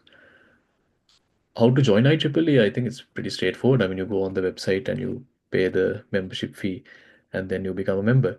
If you are to volunteer, you need to reach out to the people at, if you are from Sri Lanka, reach out to the IEEE Sri Lanka section. Depending on whether you're a student or a young professional, they have different committees. So you need to reach out to them.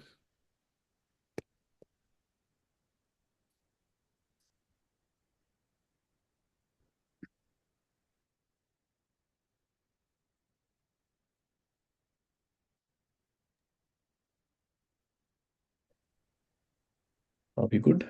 Did any of our other team members get direct messages with questions?